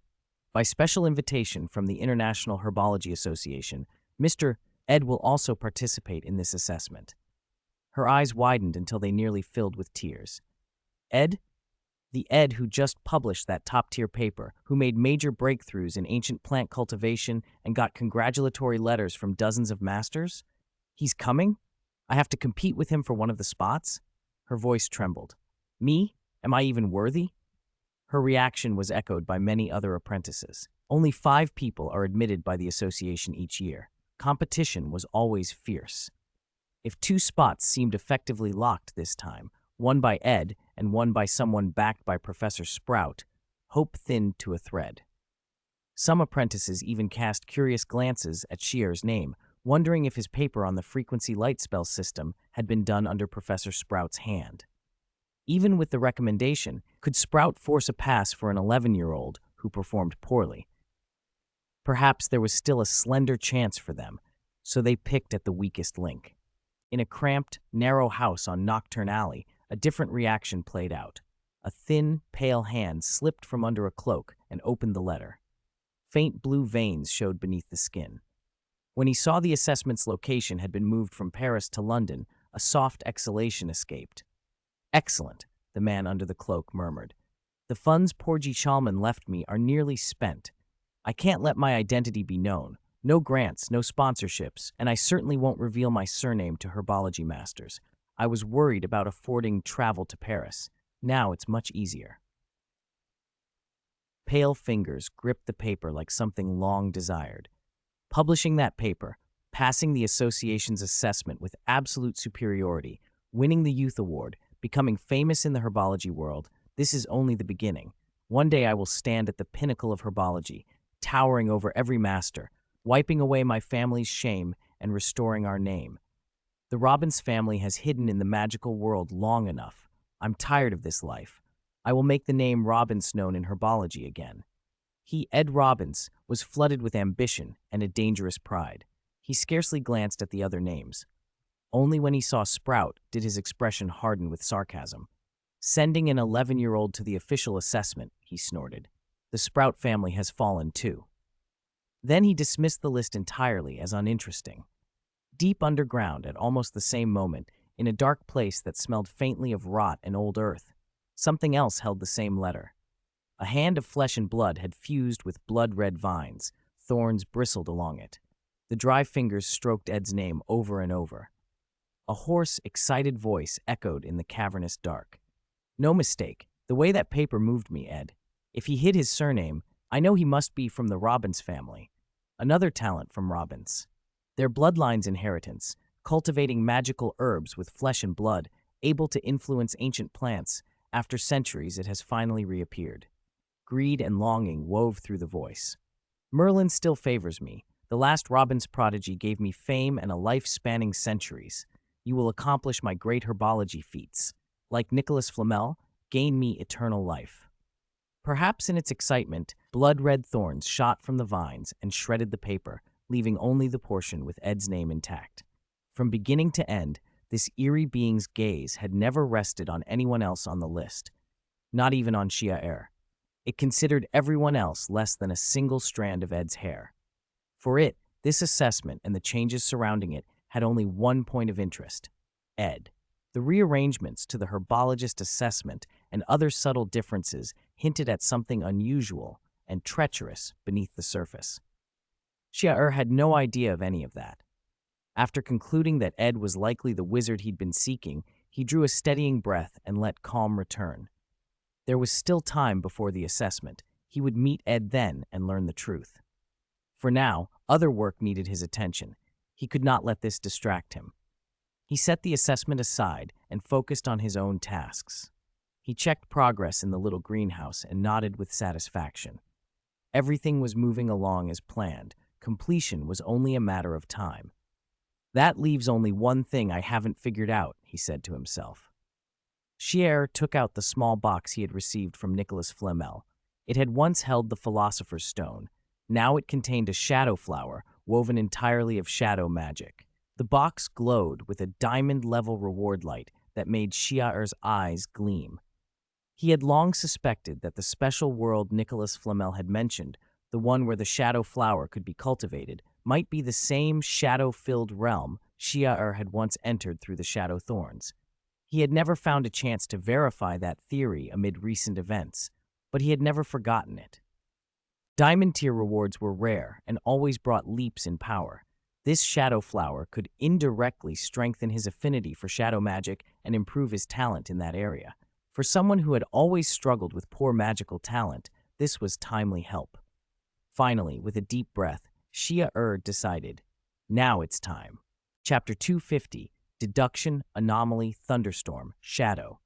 At Czar's call, shadows writhed across the floor of the little greenhouse.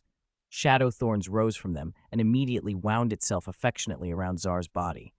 The shadows on the ground swayed as if in celebration. Shadow thorns trembled with obvious pleasure. Czar smiled. He paid no mind to the thorns that adorned the creature. He stroked it gently, soothing it. Don't rush, he murmured. I know it's been a long time. You must be bored. You're one of my trump cards, Czar said with a grin. You can't be shown off easily. I save you for critical moments. That seemed to placate Shadow Thorns. The shadows danced more brightly. Czar watched, his gaze thoughtful. He had once attempted to learn ancient shadow magic by studying the transformations Shadow Thorns displayed, but back then his magic perception and strength were far weaker. He had barely scratched the surface. He hadn't even touched the deeper mysteries of ancient magic, runes and the will of nature. His earlier gains in transfiguration now felt immature. But Czar was not the same as before.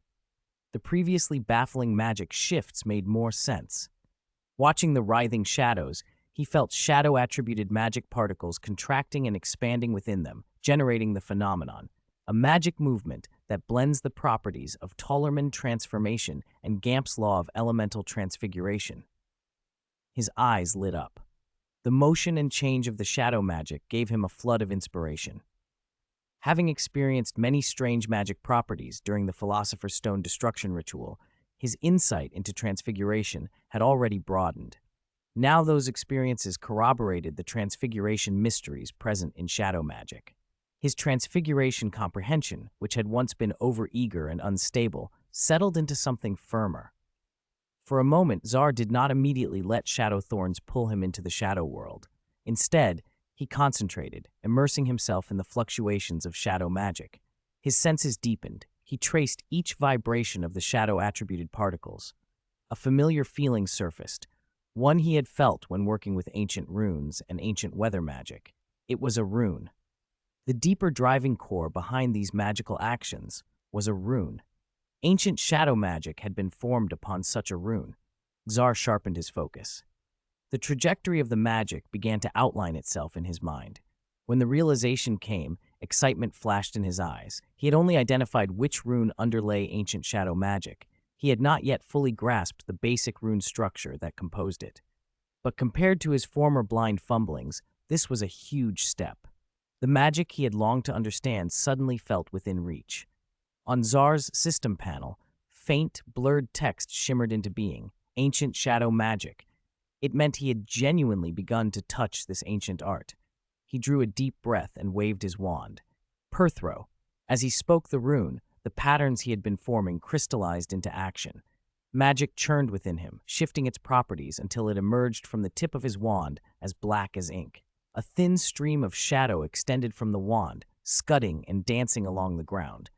It was nowhere near the power of Shadow Thorns, but it proved Czar could deduce aspects of ancient shadow magic. Given time, he was confident he could reverse engineer the rune nodes from Shadow Thorns and reconstruct the basic rune structure. That would mean true initiation into ancient shadow magic. After the moment of triumph passed, Czar remembered his real purpose in summoning Shadow Thorns, to re-enter the shadow world and see if he could plant shadow flowers there.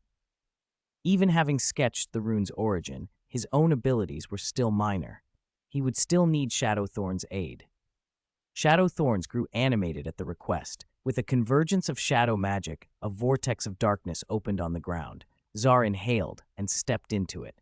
A dizzying sensation swallowed him. The ordinary world receded, and endless darkness replaced it. Everything was engulfed in shadow.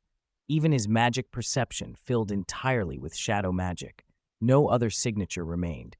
He spread his senses and found only an ocean of shadow. It truly felt like a world made of shadows. Questions surged. Memories of Nicholas Flamel's Legends of the World Tree flickered through his mind. Could this shadow realm once have been a fruit on that tree, scattered into the real world to supply shadow-attributed magic?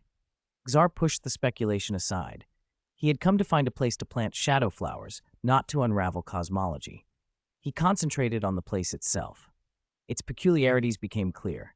There was no concept of north, south, up, down. Position was determined only by the flow and intensity of shadow magic.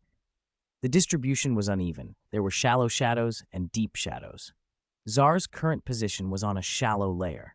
Even so, shadow magic eroded living flesh like a slow torture. Zar had taken pains to improve his transfiguration, but it was not enough to resist the corrosion of this world on its own. Fortunately, after his legendary life had been refined, and with limb regeneration and the dark arts resistance reward from the guardian tree, a protective layer covered him. Shadow magic wasn't dark arts in the usual sense, but it leaned toward darkness. His protection could hold here. He scanned the area for concentrations sufficient to sustain shadow flowers. The magic here was too diffuse. Shadow flowers required nearly tangible density. Planted here, they would dissipate. He needed somewhere denser.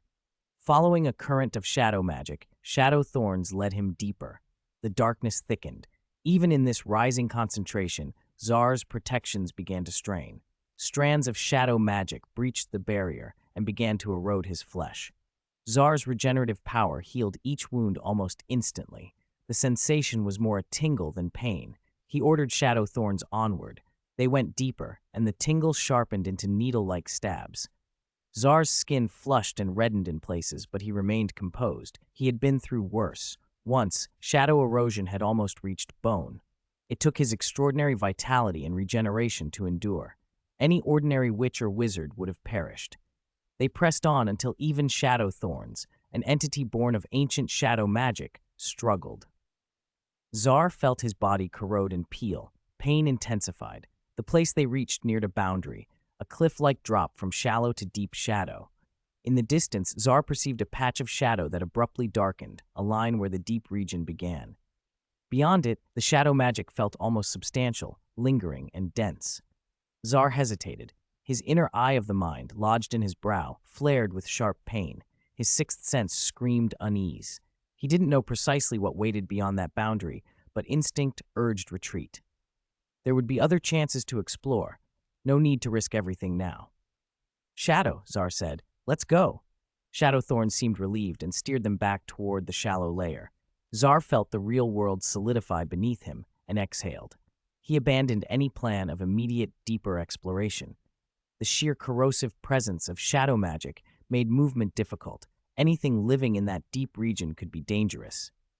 Then something rushed through his peripheral perception. Zar glanced once more at the deep region. His pupils contracted. As if answering their decision to leave, something massive and denser streaked through the deep shadow. Something living. "A creature?" Zar whispered, heart pounding. He realized he had misinterpreted Nicholas Flamel's words. Flamel had said the world tree bore many worlds unlike the real world, but he had not implied they were lifeless.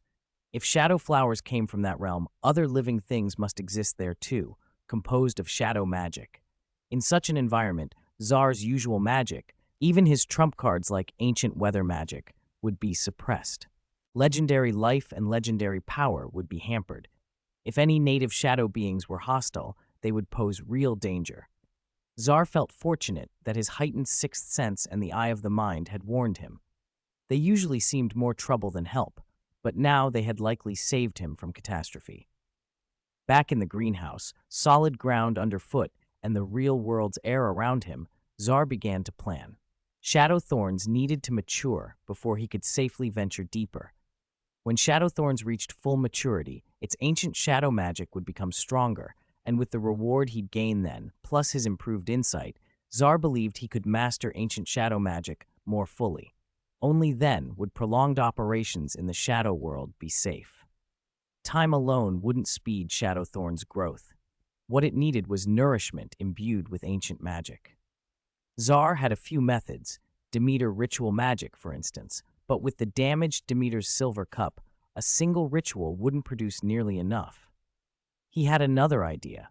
The five-legged beast blood he had collected from the Forbidden Forest trial could induce mutant mandrake glow fungus. Clashing the will of nature with the temple curse within it would yield ancient ash with a ripening effect.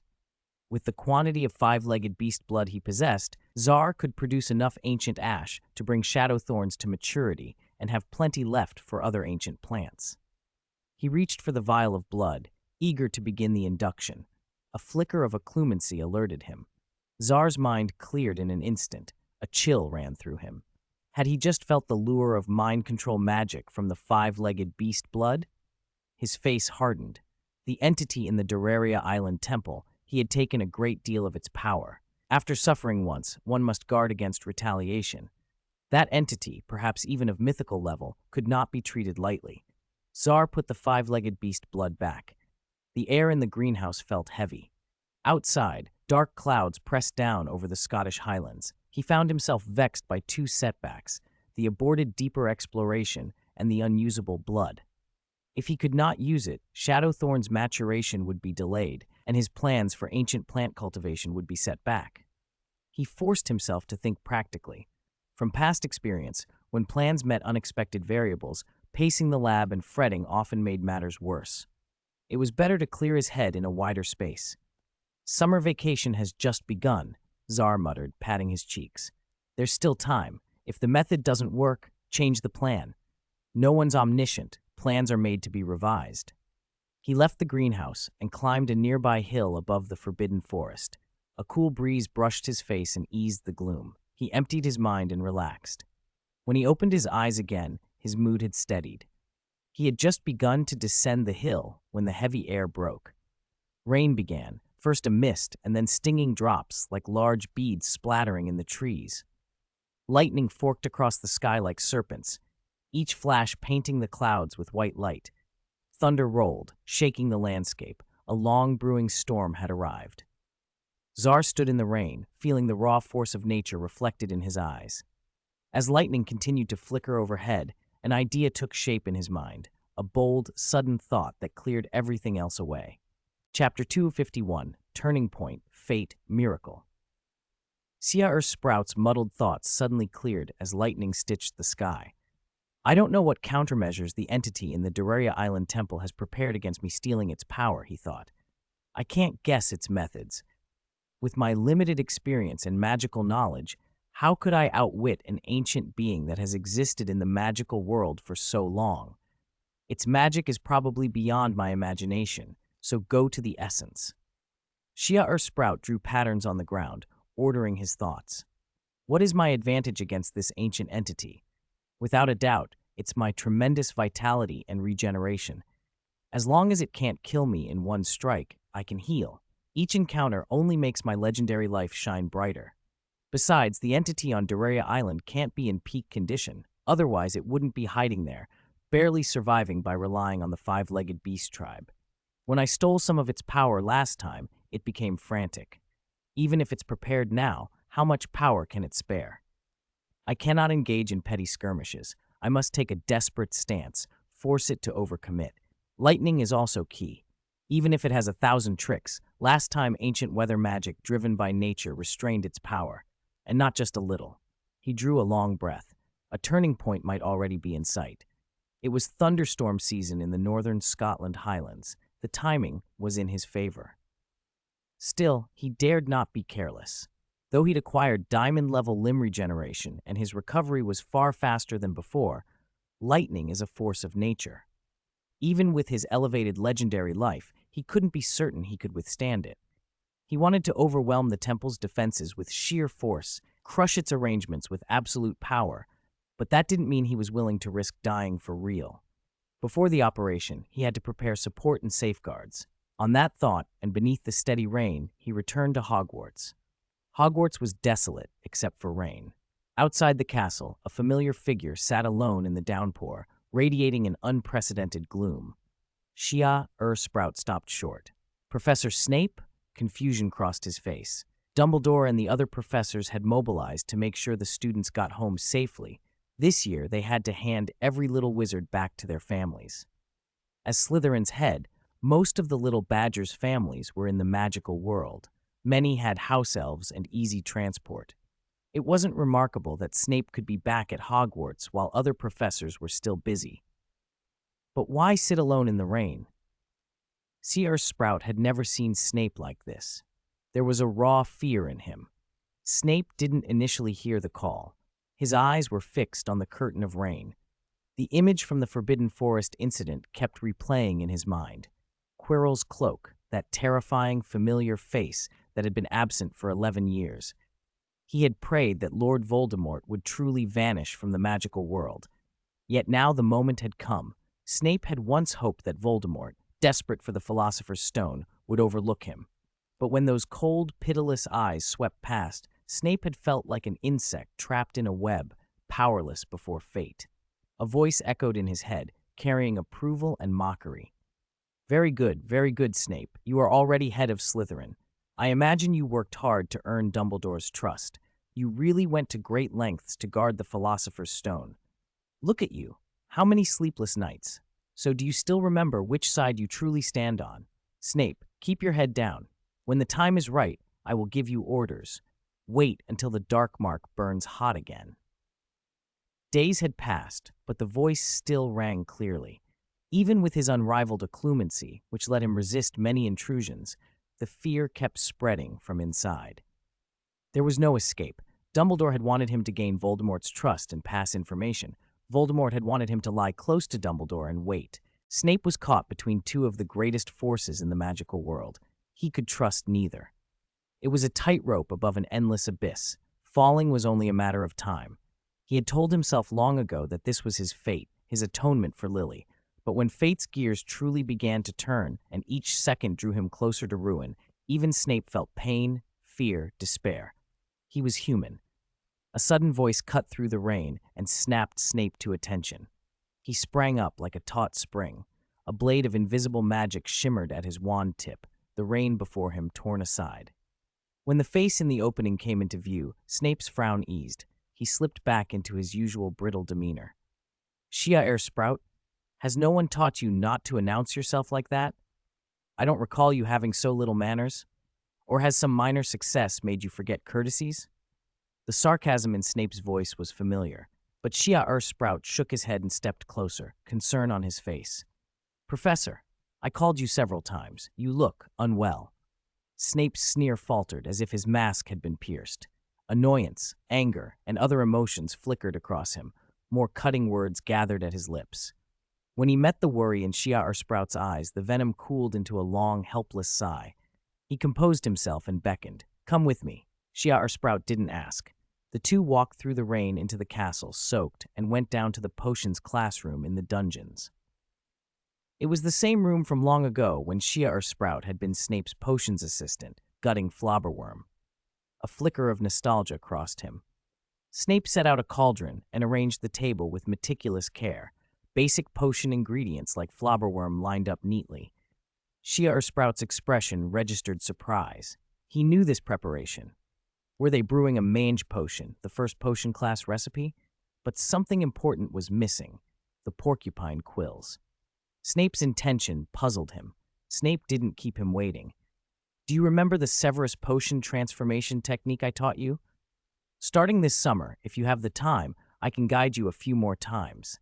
This technique is difficult. Learn as much as you can. Now watch my demonstration. With fluid movements snatched from years of practice, Snape added ingredients to the cauldron. Ciel Sprout watched. His magic perception was now far sharper. He could sense magic at microscopic levels. The more he improved, the more he appreciated the exquisite precision of a master potion maker like Snape. The bubbling brew seemed less like a foul-smelling potion than a piece of music, each magic particle a note. Yet one crucial melody was missing. Porcupine quills, after all, were essential. Their magical signature could not be ignored. Snape tapped the cauldron with his wand and poured a trace of magic into it. A reaction rippled through. Although no quills had been added, the mixture suddenly acquired the magical content unique to porcupine quills through the collision and transformation of countless magic particles. A nearly perfect mange potion formed and presented itself to Sharp Sprout. Even having seen Snape perform the Severus technique before, Sharp Sprout could not help marveling. To be able to substitute crucial components and reshape magical properties in the cauldron proved Snape's mastery. Had Snape not died young in the original telling, his achievements might have been far greater.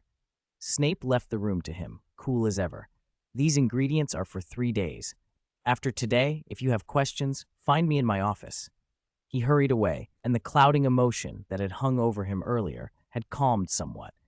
Perhaps fate was unavoidable. At least he had tried to leave something behind. That little badger had gotten off easy, he thought with a small, private smile. Alone in the classroom, Sharp Sprout watched Snape depart and sighed. He now understood why Snape had been so heavy-hearted, fear buried deep under the surface. Fate, he thought. In the original story, Harry's fate was set early. He had to die once. Snape's fate was sealed even sooner. In the original telling, you only saw Snape's steady march toward death. Sharp Sprout had forgotten Snape was human. In lonely, unseen places, Snape felt fear and lamentation too. First, Snape had taught him the Severus technique. Now he urged him to practice it. Had Snape accepted the fate arranged for him and wanted only to leave something behind? Sharp Sprout's mood became complicated. His attitude towards Snape at the start of the year had been disdain, terrible teaching, caustic remarks, blatant favoritism, greasy hair, hardly endearing. Yet he realized how many debts he owed the man. He looked at the cauldron and set his jaw. If Snape was trying to accept his fate, Sharp Sprout hadn't agreed. The fate in the original story might be fixed, but he was here now. Some things should change. To show Snape that things could be different, he would start with this technique. He closed his eyes and focused. Magic in the ingredients became scattered points in his perception. He categorized and added each component into the cauldron, coaxing every magical property into harmony. To watch would have confused any other student. His method deviated from textbook procedures. This he had learned from Snape. Potion making was not rote. It was expressing each ingredient's magic precisely and elegantly. His performance hinted at Snape's shadow, but this was only the appetizer. The real challenge was to create something out of nothing, to change the nature of magic and mimic the porcupine quill's properties without having the quills. Even now, he lacked full confidence. It required high mastery of magic perception and transfiguration. On his system panel, the Severus Technique's entry had not yet taken on its final black iron sheen. It still had some way to go. He tried anyway. His wand tapped the boiling surface, and a careful trace of magic flowed in. He could not be as effortless as Snape. A basic potion like mange already contained multiple shifting magical properties he had to track. Sweat dampened his forehead. To sub-transform those properties at a boil, to force collisions of magic particles that would summon the quill's signature, blurred the edges of his vision. Every muscle in his head pulsed with strain. He caught a fleeting alignment and tapped again. A sound, but where he expected the glint of mange, the cauldron held a black, tarry liquid. Failure. Sharp Sprout showed no anger, only quiet calculation. He cleaned the cauldron thoroughly to remove residual magic and tried again. Failure after failure followed. The instantaneous sub-transformations were too subtle. His temples throbbed. His head pounded under the mental load. Still he pressed on. The system panel rewarded him. Each failure had sheared off a little uncertainty. The Severus Technique's entry on the panel was gradually taking on that black iron luster. He was getting closer. Time wasn't on his side. The ingredients Snape had left, estimated for 3 days, were dwindling. Reaching mechanically for the next portion, he found only the last ration. He breathed, waved his wand, and cast the bubblehead charm. Perception and power sharpened. His spirit stirred. He checked the system. Only a sliver of black iron sheen remained. This attempt had to work. In his office, Snape looked up from his work and frowned. The little badgers should be finished by now. He knew the Severus technique shattered the mind. It had made him faint several times during its creation. Mastering it required talent and relentless endurance. Sharp Sprout had not come to find him. If it had been any other student, Snape would assume they'd given up. He imagined the boy's tireless image and stormed toward the potions classroom. "This idiot," he muttered. "His talent is poor, and he's still pushing himself. Does he expect to master it in one day?" When he pushed the door, he found Sharp Sprout collapsed on the floor, gasping. "You idiot! You're lucky you haven't had a brain hemorrhage," he snapped. Sharp Sprout smiled up at him and pointed toward the cauldron. Snape's heart thudded. Impossible, he thought. Inside the cauldron there was imperfect and low quality, but unmistakably mange potion liquid. For a moment, Snape simply stared. Sharp Sprout, though exhausted, wore a bright, satisfied smile. "Professor, look," he grinned. "What did you always say? Magic is a matter of belief. If you believe enough, aren't miracles already here?" Chapter 252. Harvest, Thunderbird Potion, Ritual, and Surprise. Char's eyes landed on the system panel. The words Severus Potion Transformation were now framed in a black iron sheen, black iron level promotion. He had finally formally entered that magical discipline. He felt his understanding of potions had leapt to a wholly different plane. He wasn't ready to rival Snape's effortless ability to tweak advanced potion processes, but given basic recipes, Char now had the confidence to adapt them according to different magical properties. The gain wasn't limited to potions. Transfiguration benefited as well. The technique's foundation was Tollerman transformation, and mastery of Severus Potion transformation fed back into and strengthened Char's Tollerman skills. The silver glow beside transfiguration brightened further. While Char savored the harvest, Snape stared in silence at the mange potion Char had made. He was astonished. He'd always acknowledged Char's diligence, but by Snape's estimate, it would take at least a semester of practice to begin to master Severus Potion transformation, maybe longer, perhaps longer than Snape himself would remain. Yet Char had done it in a single day. How? Char's earlier words kept echoing in his mind. Magic is subjective. As long as you believe enough, any kind of miracle can happen. After a long moment, Snape steadied himself. The gloom in his chest had thinned, something like a small, stubborn hope flickered, but he quickly resumed his customary scorn.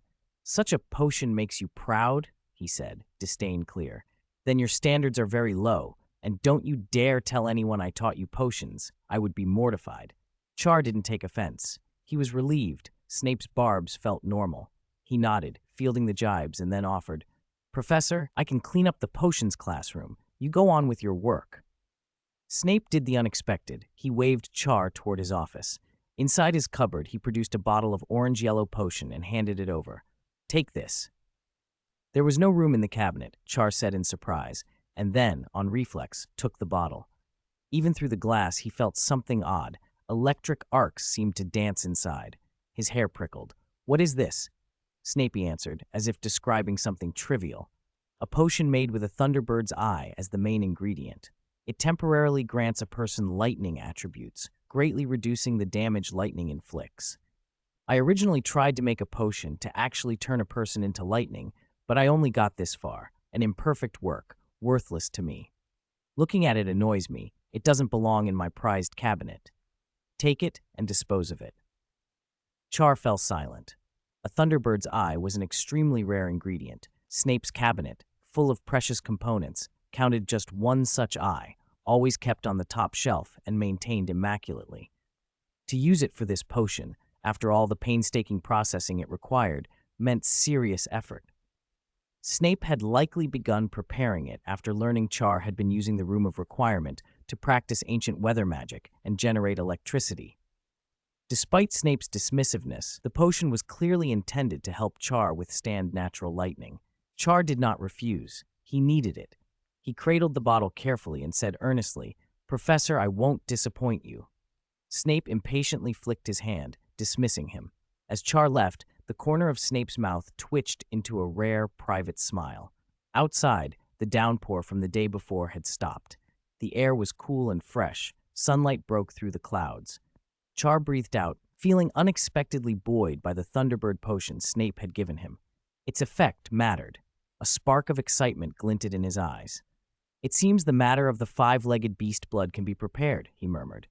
3 days later, on Sprout Island, a damp, salty breeze blew, thick and stifling beneath low, brewing clouds. Giant Priest Sirius scanned the horizon. Something in him warned that an unprecedented storm was gathering, one that would force even the trolls to take shelter in caves. Fortunately, the island's defensive magic should protect the crops from much harm. But first, he had to finish the task Char had given him. On the island's highest cliff, trolls were laboring, building a tall, pointed device, Char's lightning rod.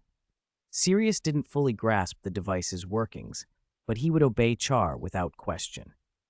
Char had led the troll tribe out of the sunless, forbidden forest and brought them to Sprout Island, giving them peace and plenty.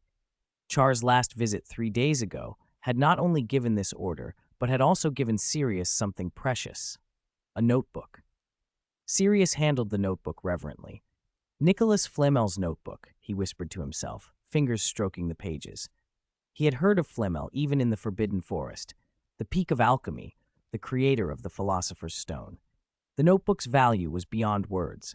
That Char had entrusted such a relic to him, a smelly, crude, simple troll in the eyes of others, filled Sirius with a crushing sense of responsibility.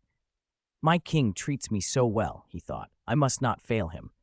Sirius lifted his wand, taller than a man, and chanted ancient runes. The same ancient fire magic that had once hurt Char flared from the wand's tip. The trolls had gathered metal ore from the island and nearby beaches. Under the scorching flames, the ore melted. Sirius tapped the ground. An alchemical array lit up and guided the molten metal into precise patterns. Under the array's glow, crude, impure ore transformed into highly refined metal. The trolls carried the still liquid metal to the cliff and poured it into the tall, sharp framework. As Sirius worked, a voice of admiration came from behind him. Char stood watching, nodding in approval. Sirius' alchemical progress was astonishing, perhaps the blessing of the fire god's bloodline. If he continued like this, he might even be worthy to inherit Flamel's legacy. The thought thrilled Sirius, but he kept a serious expression. "My king," Sirius began, "my alchemy is still lacking. I will study Nicholas Flamel's notebook and not waste the opportunity you've given me." Char smiled and waved away the formalities. He had tried repeatedly to discourage Sirius and the trolls from calling him "my king," but they insisted on keeping the distinction. Pride in status was important to them. Char had learned to accept it. He asked about the lightning rod's progress. Sirius answered with confidence, "My king, in at most 3 days, the device will be finished before the storm hits." A worried look clouded Sirius's face. "This storm will probably be larger than we expected. Lightning and thunder, these forces, even the bloodline memories of our ancestors, speak of them as gods to be feared. My king, do you really intend to endure them?" Char's eyes narrowed. Once he might have doubted, but now he had Snape's Thunderbird potion and his diamond-level limb regeneration, which granted him rapid recovery. As long as his brain or heart weren't instantly destroyed, he could heal quickly. He'd already endured the electricity in the Room of Requirement and had the natural will to activate lightning within himself. He had some resistance. He wasn't afraid of direct natural lightning now. At worst, it wouldn't be life-threatening. He'd also prepared a shield to further weaken the strikes. The corner of his mouth twitched. He actually looked forward to the trial. "I wonder what the temple on Doraria Island has prepared," he said. "I hope it won't disappoint me."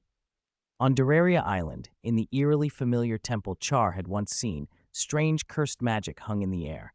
Outside the temple, ferocious five-legged beasts had gathered, their eyes glazed with fanatic worship. The temple doors stood wide open. From within, a black-robed figure emerged. The robe had the look of centuries, its protective enchantments long dissipated, its once valuable fabric tattered. Even the badge that marked a Transfiguration Master's honor had dulled. The figure was bent and decrepit, but the five-legged beast's adoration only intensified at his sight. A withered, red-haired finger protruded from beneath the robe and pointed at 3 of the beasts. The chosen creatures writhed with ecstasy, then prostrated themselves in the temple plaza. The others uttered muffled cries of praise, surged forward, and devoured the fallen 3 in a grisly rite. As the beasts fed, waves of strange power flowed toward the temple. Deep inside, a voice thick with hatred echoed. The cool-down time for the Demeter ritual is almost over. That little wizard last time, he stole so much of my power and enjoyed quite a bit of it, didn't he? I can feel there is still a great deal of five-legged beast blood outside. It must be what he saved to perform the ritual. The voice hissed, venomous and triumphant. Just wait, blasphemer. You will not come to a good end. Those who covet divine power ultimately kneel before the temple gate. The Transfiguration Masters who came to Doraria hundreds of years ago were no exception. That little wizard from the Weasley family was no exception. And you, successor of Demeter, will not be an exception either. The figure's words grew urgent. Quick, perform the Demeter ritual. You would never guess the surprise I've prepared for you. Chapter 253, Power Struggle, Breaking the Stalemate, and the Light of Legend. Inside the little greenhouse at Hogwarts, Ciel had just returned from Sprout Island. There were still 2 or 3 days before the next storm, and building the lightning rod would take time. With Giant Priest Sirius there, he felt comfortable enough. He let his gaze sweep over the greenhouse with a faint smile. Compared to before, it was noticeably emptier. He hadn't been idle while away. The projects he'd planned had been proceeding in an orderly fashion. Then his eyes landed on one particular corner where he kept the guardian tree seeds, and his brow tightened. Especially the cracked seed, still soaking in holy tree potion. Now that supply had run completely dry. The potion around the seed had become so diluted it was almost clear water, the sacred magic barely perceptible. Without the potion's nourishment, the seed's transformation had slowed to a crawl. If this continued, the unique seed he'd painstakingly cultivated with repeated Patronus charms might die in the bud for lack of potion. Ciel checked his mailbox again. Still no reply from the Ministry of Magic. Several days had already passed. Even given the ministry's sluggishness, this silence felt deliberate. They were giving him the cold shoulder, probably hoping to drag things out until he forgot. An inexperienced student might be strung along and lose their leverage. Ciel was not that kind of 11-year-old. His memories from a past life had taught him a lesson. When your interests are threatened, make a fuss. The shamelessness of making that fuss was often the only effective protection. Quiet, obedient people tended to let their rights be eaten away, thinking rules and patience would save them. He had lost too much that way before. Without hesitation, Ciel marched to Professor Sprout's office, tossed some flue powder into the fireplace, and was engulfed in green flames. He felt woozy for a moment, then materialized in a private reception room at the Ministry of Magic, the entrance via the Hufflepuff Dean's office, a discreet route with special attendants. As he steadied himself, a familiar voice interrupted. "Welcome, esteemed Sprout. Ciel? Why are you coming through this entrance? Isn't Professor Sprout with you?" He turned to see pink hair and a familiar, slightly surprised face. Tonks. Ciel blinked. "I thought you were a full Auror now," he said. She frowned. "I am. Why aren't you out chasing dark wizards with us?" Tonks's expression soured. Unlike the Hogwarts students whose memories had been altered and the general public, Aurors knew about the Forbidden Forest trial incident, that the apparent hero who cracked the disappearance case had been the mastermind. Tonks muttered about how they'd been played by Quirrell, how Minister Fudge was furious and insisted the Auror service needed reform and fresh blood. For now, rotations would be imposed. Ciel listened with an inward sigh. Fudge's move against the Auror office made sense. Curb a potential threat in the ranks, tighten control. Fudge was a consummate political operator. He had built his career in bureaucratic maneuvering. His surface incompetence in the books hid a deep skill for consolidating power. If Dumbledore's authority weakened in the public eye, Fudge saw opportunity. But none of that mattered to Ciel. What did matter was that Fudge had promised resources and then stonewalled him. Ciel told Tonks he needed to see the minister. She went off to find him, but returned pale and flustered, quoting Fudge's curt rebuke. He was too busy. The reception room wasn't a personal messenger service, and she should do her job and stall on her own. Tonks felt guilty. She had failed to help a friend. Ciel, amused, already knew the routine. Fudge had set up the awkward encounter to make him go away. He smiled coldly and stopped Tonks before she could urge him toward Fudge's office. What other departments are being reformed? Tonks blinked, then answered, the Department of Magical Law Enforcement, too. Chia's eyes narrowed. The Department of Magical Law Enforcement was headed by Amelia, a Hufflepuff, Susan Bones's aunt. If Fudge was reorganizing both the Auror office and the Law Enforcement Department, he aimed to control the Ministry's enforcement apparatus. It made everything make harsher sense. He could see how dangerous that consolidation would be and how it might be used to smother Dumbledore's influence. He raised his wand. A handkerchief ballooned into a huge bright red banner with brazen lettering. Heartless Ministry of Magic violates contract. Defaults on supplies to 11-year-old student. Academic research endangered. Ministry of Magic breaks the law. Restore integrity. Investigate corruption. Defend Minister Fudge's honor. Make Minister Fudge great again. Tonks gaped. No, Shiar, what are you doing? Shiar grinned. Protecting Minister Fudge's reputation. I'm going to petition. Tonks stared. You're serious? Of course, Shiar replied. You must stop me. The more you protest, the bigger the fuss. That's the point. Before she could stop him, Shiar strode out, banner held high, proclaiming himself Fudge's loyal defender. Someone's framing Minister Fudge. He wouldn't break a contract. Investigate. Find the corrupt officials. Tonks's anxious protests trailed behind him as he paraded through the ministry. Staff who saw him froze, unsure what to make of it. Was it a prank, a political stunt, or something else? No one wanted to be the first to get involved. By the time they reached the Auror office, Scrimgeour had been brooding. He'd been angry for days. Dumbledore and the Hogwarts deans had reported that you-know-who had returned, possessing Quirrell and causing chaos, but Fudge insisted it was false and used the moment to purge and restructure the Auror ranks, inserting his own people. Scrimgeour, trained for duels and action, felt helpless against such political machinations. The noise outside caught his attention. He stepped out and saw Shiar with the banner. Scrimgeour's eyes went sharp. What's going on? Shiar dropped the banner and launched into an accusation. You're the head of the Aurors, aren't you? If there are bad guys in the ministry, why don't you arrest them? Minister Fudge promised me. He signed a magical contract, witnessed by Dumbledore, to supply materials for my herbology research. I've written for days with no reply, and when I tried to see him, I was turned away. Someone's sidelining him, making Fudge appear untrustworthy. They might be embezzling the supplies. And Minister Fudge will get the blame. I demand an investigation. I won't leave until you find who's framing him. Scrimgeour's jaw tightened, but his face lit with grim opportunity. This was the path he needed to push back. A scandal within the ministry? Corrupt officials? We'll investigate thoroughly. The Auror office won't ignore this. Then another figure arrived, walking briskly. Amelia, head of the Department of Magical Law Enforcement. Maintaining justice, she said crisply. Prosecuting corruption and slander. My department must be involved. We cannot watch Minister Fudge's reputation be ruined unjustly. This calls for joint enforcement. Shiar recognized her immediately. She looked faintly like Susan and spoke with that same steadfastness.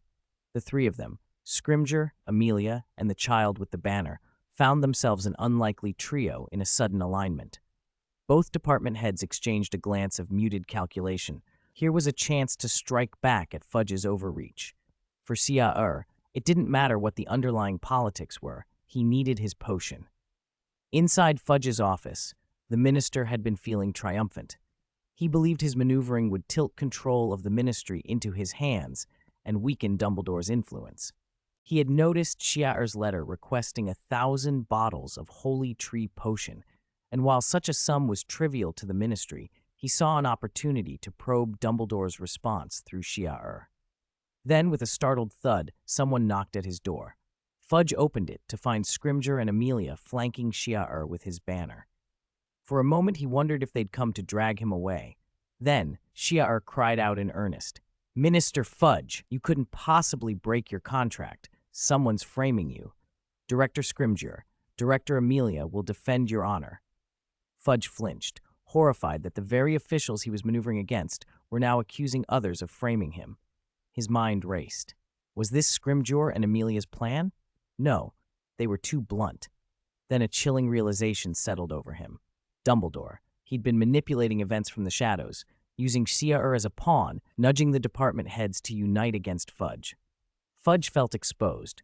Dumbledore's subtle hand had always unnerved him. The three stared at one another, bristling. Ciel, meanwhile, was sent away with perfunctory apologies, but he had achieved what he wanted. That same evening, boxes of Holy Tree Potion were delivered to the little greenhouse. Not the 1,000 bottles he'd originally requested, but 1,500, sent urgently before he'd even returned to Hogwarts. Ciel examined the full boxes and smiled. "So that's why," he said softly. "You do have to make a fuss. The bigger the fuss, the quicker the payoff." For him, the political fireworks were irrelevant compared to this, planting the trees.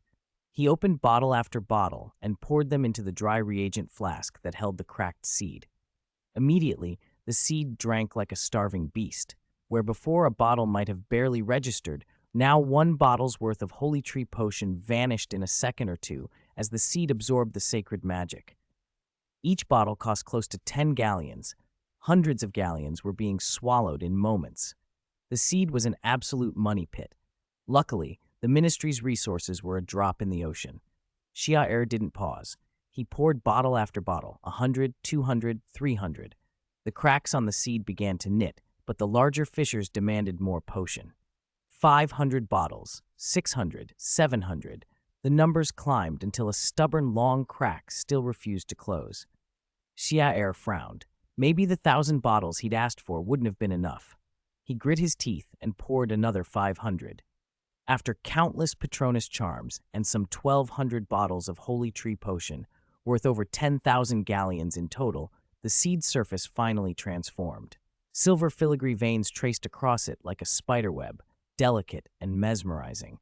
Ciel's focus shifted from the seed's beauty to the reward information that hovered above it. The usually flickering text now brightened and steadied. He held his breath. After all this, what level would the seed become? Diamond? Epic? A mass-producible epic seed would be worth more than almost anything. If he could produce epic guardian tree seeds in quantities, the implications were staggering. The progress indicator condensed. Black iron, bronze, silver, gold, then platinum flashed and passed. Diamond light flared, and Ciel felt that a satisfactory result was already achieved. But the light did not stop there.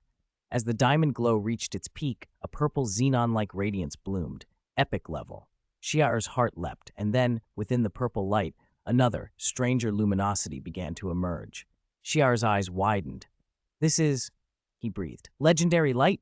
From Shire's point of view, the guardian tree seed, now completely encased in silver, like a small work of art, displayed something he had never seen before. Clear diamond-level light, epic purple, and the glow of legendary quality were all woven together. "What is this?" He read the reward text again. Affected by mythical-level magic, the guardian tree seed has undergone an unknown mutation. The final reward level and contents of this guardian tree seed will be determined by fulfillment of conditions. Shire frowned and thought for a moment. His Patronus charm had clearly caused a profound change, almost a complete transformation of the seed. From the sparse reward information, he could see only one thing for sure. The 3-colored light meant special conditions must be met for the seed to mature fully. If the conditions aren't met, it will probably default to diamond level, he muttered.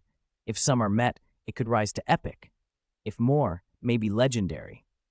A fierce hope flared in his eyes. He had fantasized about legendary rewards before, and now it might actually be possible. The hope faded almost as quickly. He didn't even know what the conditions were, so rushing to fulfill them was pointless. Fortunately, after so many Holy Tree Potions, the seed seemed stable. Even if I stop watering it, even if it's exposed to air, nothing changes. He let out a small sigh of relief. That meant finding the conditions wasn't urgent. He had time. He placed the mutated seed in a bottle and kept it close. He decided not to catalyze the rest the same way. The first seed had consumed enormous resources. If dozens underwent that mutation, it would likely take tens of thousands of Holy Tree Potions and cripple production in the magical world. What's more, the later cultivation requirements were unknown. One test subject was enough.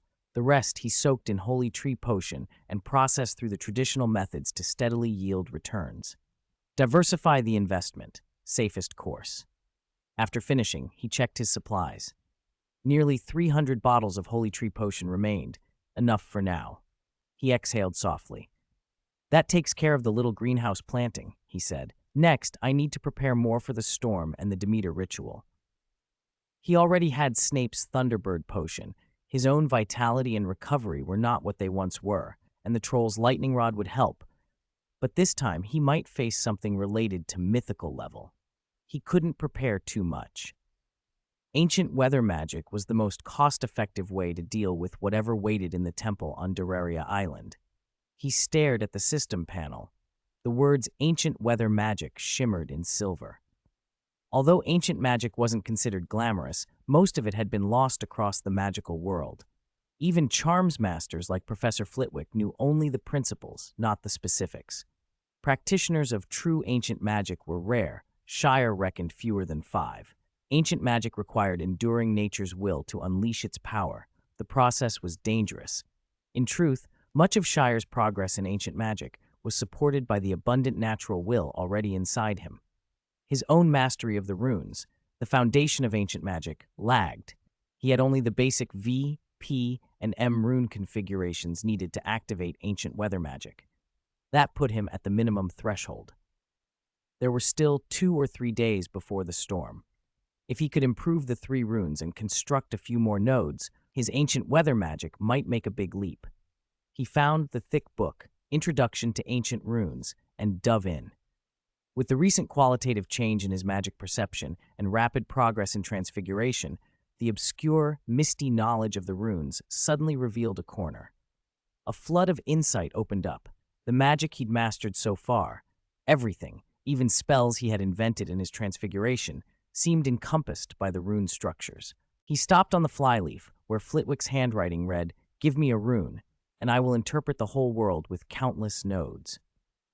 He had seen the sentence before, but only now, actually touching the rune's mysteries, did its truth hit him. Everything is a rune. To understand runes was to understand the world. He cleared his mind and plunged into the runic world, seizing every minute. On the system panel, the occlumency light glowed brighter than usual. He slipped into a flow deeper than any previous experience, near enlightenment. When his preset alarm finally rang, he snapped awake in surprise. The alarm? I set it for 2 days. 2 days had passed. He blinked, stunned. It felt like only moments. Scholars who studied runes in seclusion made sense now. Some even starved, utterly absorbed. The mysteries were intoxicating. Shire checked his panel and smiled. The rune comprehension had paid off. His magic had advanced noticeably. Almost every discipline improved. Charms already at Diamond seemed brighter. Insights from the Philosopher's Stone destruction ritual had been assimilated over the 2 days. On Transfiguration, a faint golden light began to appear within the silver glow. He regretted only one thing: that flow state experience had been rare. If he could maintain it, his rate of improvement would be staggering. But getting it once and advancing as much as he did was a blessing enough. However, the silver light beside ancient weather magic had brightened only imperceptibly. That dampened his joy. The reason was plain. He'd only mastered the 3 basic rune structures for ancient weather magic. He wasn't lacking the ability to build more nodes. He didn't know which nodes to build. The Elber tree he'd harvested earlier had given him black iron-level insights, only the most basic structures. It was like having a textbook that stopped halfway through. To go further, he'd either have to be a genius and deduce the rest, or find another source. He didn't see himself as that kind of genius. Relying on the planting system suited him better. If I could plant more diamond-level Elber trees, he thought, then when they mature, I might unlock subsequent stages of ancient weather magic. But Elber trees were scarce. The tree he'd planted in the clouds had matured, but Elber trees produced few seeds. It would take years, perhaps over a decade, to wait for enough. He didn't have that kind of time. Then an idea struck. He remembered where his Elber tree had come from. Professor Flitwick had given it to him during a levitation charm class, a souvenir obtained by chance. Maybe Flitwick could provide clues to obtain more. The sky outside was already gloomy, heavy, stagnant air, denser than before. A big storm was gathering, but he had a little time. Shire hurried to the Ravenclaw Dean's office. Flitwick sat at his desk holding a heavy suitcase. A child-sized model broom rested beside him. The professor looked out at the sky with an exaggeratedly disgruntled face. "Merlin," he sighed. "The Muggle forecast lied. I'd planned a broomstick jaunt across the strait during my summer vacation. Now that's ruined." Shire grinned. The storm was exactly what he needed. Without it, he might not have another chance to see Flitwick until term resumed. "Professor," he said, Shire? Still staying at Hogwarts?" Flitwick beamed. "Mona received a rather urgent letter on the express and left at once. Never mind. This storm will sweep half of Britain, and your classmates who went home are probably reinforcing their roofs with hammers as we speak. You staying put is most fortunate. Hogwarts fears no storm." After a few minutes of chat, Shire got to the point. "Professor, do you remember the elber tree you gave me in levitation class? I'd like to know where you got it." Flitwick's face lit up as though recalling a fond memory. "Of course, that was my shining moment. Have you ever heard of wizard dueling?" Shire nodded. He had seen dueling in the original story, Lockhart's Dueling Club, his duel with Snape. "Yes, a platform, a courtesy wand salute, then a one-on-one contest." Flitwick's smile widened. "Then you must know of the Magical World Dueling Competition, organized by the ancient Massa Club, dueling's grandest gathering. When I was young, I won that championship. Merlin above, I don't know what braver impulse seized me then. Let me tell you." Shire cut in gently. "Professor, how did you get the elber tree?" Flitwick patted his shoulder. "That was part of the prize for the champion. The Massa Club has existed for ages, and they always lure competitors with astonishing rewards. Galleons, goblin-forged arms and armor, ancient alchemical items, and rare plants like the elber tree, true treasures. It's said the top prize is that the Massa Club grants the champion a wish. Anything that exists in the magical world and can be achieved by magic, they claim they can provide. That top-tier reward is rare, and the next competition isn't for 7 or 8 years, but perhaps you could try one day, Shire." Shire's eyes narrowed thoughtfully. If the Massa Club had been the source of such rare items, perhaps they were the key to more elber trees. His inner sense pricked. There was a depth to the Massa Club he didn't yet understand. This was a path worth considering. Outside, the heavy air suddenly loosened. Wind began to moan, mournful and loud, rustling the trees. Distant thunder rolled. Flitwick looked out and cried, "The storm! Merlin above! It's bigger than I thought." Shire inhaled, eyes bright. The storm had come at last. Chapter 255. This Hufflepuff is too extreme, isn't he? A furious storm raged over Sprout Island. Sheets of rain hung like a curtain, swallowing sky and land. In the blackened sea, monstrous waves rose and crashed, as if they could devour everything. Even the huge trolls, far larger than humans, trembled with instinctive dread. Sirius's eyes were anxious. The storm was already powerful, and the worst of it had yet to arrive. He watched the horizon where the clouds seemed to press down like a black line, steadily approaching, the storm's fiercest heart. "The lightning rod is still a bit short," he muttered. "It must be finished before the storm hits. I can't fail my king's expectations." He waved his wand and slammed it into the ground. A seam of ancient fire and alchemy flared to life, casting a fierce light across Sprout Island. Even under the lash of wind and rain, the flame melted the last of the metal ore into molten metal. Sirius hauled the glowing metal, step by precarious step, up the slick mountain path. The trail the trolls had flattened for him was now a churn of mud. As Sirius searched for footing, a small figure crashed into view with a bang. Eugene, the Sharman family's house elf, taken in by Chalman. He looked as if the gusts might carry him away. He struggled to keep his balance, clicked his fingers, and an invisible force cleared the mud ahead, revealing a flat, solid path. Sirius brightened. "Thank you, Mr. Eugene." The house elf sheltered behind Sirius's tall figure, using him as a windbreak. "I was going to wander the magical world, but Mr. Little Sprout gave me a place to stay, and even my own territory," he said. "I must help with anything Mr. Little Sprout needs." "Don't talk so much," Sirius urged. "The eye of the storm is coming. Hurry."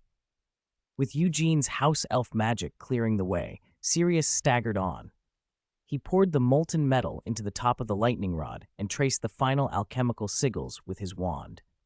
The whole structure flashed silver white as the last portion fused into place. Sirius let out a long breath. They had finished before the storm fully descended. Chalman burst through the rain just then, having raced from Hogwarts when he saw the storm. He watched the finished lightning rod with satisfaction. Under such brutal conditions, even a modern construction crew would have struggled to raise such a tower on a deserted island in so short a time. Sirius and his companions had done extraordinary work. "You've all worked hard," Chalman called. "The storm is growing. Take shelter in the cave." He stepped toward the space built into the base of the rod, but hesitated. Sirius stood motionless in the rain like a silent rock. The trolls, who ought to have sheltered in the cave, lingered at his side. Eugene scavenged a place between them to avoid being blown away. None of them intended to leave. Chalman paused. "You all?" Sirius's eyes shone with devotion and zeal. "My king," he intoned. "The troll clan came from the Forbidden Forest and saw daylight because of you. If my king faces a terrible enemy, the trolls, ignorant and clumsy though we are, will not let you fight alone. I am the clan's priest. Recording the king's deeds is my mission. Following my king, the storm is nothing." The trolls could barely form words, but their repeated cries of "Grunk" made their resolve clear. Eugene, too, shouted over the wind, "Mr. Little Sprout, let me stay too. Maybe I can help." Warmth touched Chalman's expression. He drew a breath and stepped into the chamber beneath the lightning rod. He produced a large flask of five-legged beast blood he had taken before. Its seductive power surged outward.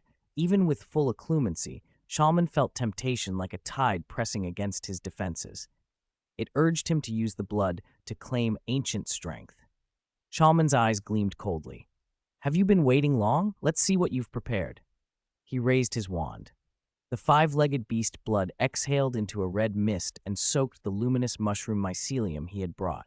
The mycelium sprouted crimson filaments, many threads intertwining until grotesque faces with eerie smiles took form among the growth. Mutant mandrake glow fungus began to appear in droves. Chalman checked the system panel. Demeter ritual magic had cooled down. He retrieved the Demeter silver cup and tapped it with his wand. A low, pleasant hum filled the air. Far away, on Doraria Island, a ferocious storm ravaged the temple, but the five-legged beasts still knelt outside in fanatical worship. Fewer of them remained than before, replaced by piles of broken bones radiating foul magic. The ritual that had been performed there had not only restored the temple's stolen power, but amplified it, an unmistakable punishment for the blasphemer who had dared to steal from it.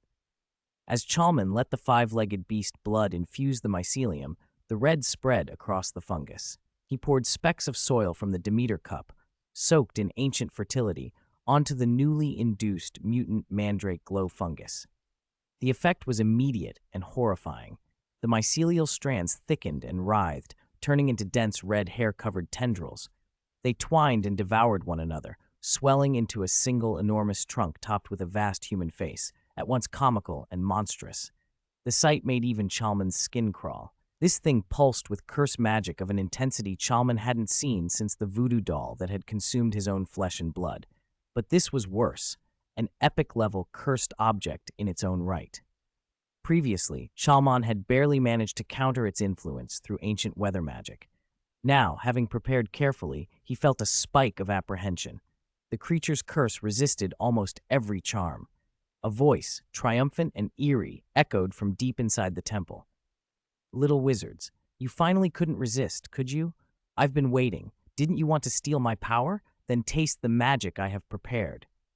Chalman intoned solemnly, ringing the Demeter silver cup. "Prescindit glacium, vomera fulgente, spargide grana auri, paliasque terit, cantate ovantes, seges alta viret." The Demeter ritual magic glowed. Though the silver cup remained cracked, Chalman's ritual mastery amplified its effect. The soil inside shimmered with ancient, fertile power, more potent than before. If this worked, the prize he sought from Doraria might be larger than expected. He poured the enchanted soil onto the mass of fungus. The tendrils ballooned, writhing like oversized, hairy earthworms. Their faces split and began devouring each other until a single monstrous neck supported a hideous human head. The creature radiated a level of curse magic that set Chalman on edge. The face swayed down, looming over Chalman. "Surprised? Unexpected," it taunted. "Did you think I had no defense against a thief like you?" A heavy curse magic washed toward him. Chalmon struck back, sending 7 black snakes, real enough to seem alive, hissing forward, each charged with dense curse energy. The face stiffened for a moment, then laughed mockingly. It seems you've prepared to, but is that your fight? How feeble. The face's neck coiled like a python and wrapped itself around the 7 snakes. They writhed and slashed, but the face barely rippled. It snapped off their heads, then burrowed into their emptied necks, merging into a new, even stranger beast. Chalmon's pupils tightened. The thing controlled his serpents, his Serpensortia spell, without effort. "Any other tricks?" the face demanded. "Where's your weather magic? Your lightning? Use it." Chalmon fired a blinding bolt from the tip of his wand, but the lightning seemed to slime off the creature. Most of his charm's energy slid harmlessly away. Only a sliver hit home. The attack was insufficient. A flicker, now obvious on the creature's skin, told Chalmon the reason, a peculiar curse property that dissipated much of any magic striking it. The face realized Chalmon had noticed. "You found out?" it crowed. "Ancient weather magic is powerful, but crude uses are easy to counter. Tell me where you learned it, and I might grant you entry to worship. Some on Doraria have knelt for centuries without such an honor." Chalmon sneered. "Trapped on Doraria Island, never seeing daylight, worshipped by brainwashed 5-legged beasts. What are you pretending to be?" The mockery struck a nerve. The face's expression warped. "You've squandered your last chance. Blasphemy is still unforgivable. We had punishments in the Olympus era. Physical death was kindness. Heroes were transformed overnight into beasts. Some souls were trapped forever in dark cages. What shall I do to you?" It descended slowly toward Chalmon. He gritted his teeth and unleashed bolt after bolt of lightning, but again they failed to do decisive damage. The creature's smile widened. "So bold, and yet your charms miss at such close range?" Chalmon set his wand down and unexpectedly smiled. The face blinked at him. "You can still smile?" it jeered. Chalmon's smile only grew. "Why shouldn't I?" Suddenly, the creature felt a new emergency. Its gaze snapped upward into a growing brilliance. Chalmon had not stopped his weather magic. The lightning from his earlier spells had been guided along the metal walls and alchemical patterns, spreading through the lightning rod. Sparks clustered at the tip. The clouds above thickened with electric snakes, gathering over the rod. What had been pitch-black sky brightened as the charge built. The creature understood too late. Chalmon meant to draw down lightning itself. Even an ancient horror that had survived millennia had never seen anything so reckless. It was like planning to punish a petty thief, only to discover the thief had strapped on a bomb and was ready to detonate. Chalmon's smile widened. "Did you want me to feel those punishments? I'm right here. Don't you dare leave." He intoned the runes of ancient weather magic, Fehu, Thurisaz, Dagas. The face watched, and for the first time a hint of dread touched it. No? Wasn't Hufflepuff supposed to be the gentlest house?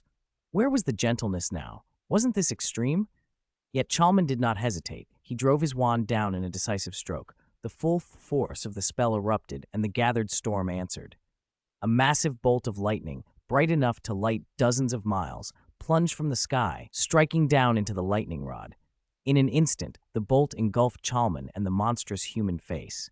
Chapter 256, Surging Power, God King, Shadow Ripens. Dazzling electric light engulfed the lightning rod. The human-faced construct, the creature born from the power of the Doraria Island Temple, took the full brunt of it.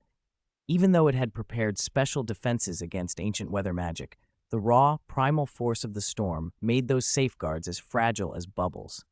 With no real way to resist, the human-faced monster was consumed by the flash and vanished. A painful scream echoed through the temple on Doraria Island. "Shiar Sprout!" The being inside howled, hatred so fierce it seemed it could not be washed away by all the rivers in the world. He could not understand it. To steal a sliver of his power, the little wizard had allowed lightning to strike him? Was he insane? He must be. Mad beyond reason. When that bolt struck, all the magic he had painstakingly accumulated for his long-ongoing ritual was completely drained. Calling it a severe loss would be an understatement. Worse still, the natural will carried on, that lightning, was horribly constraining.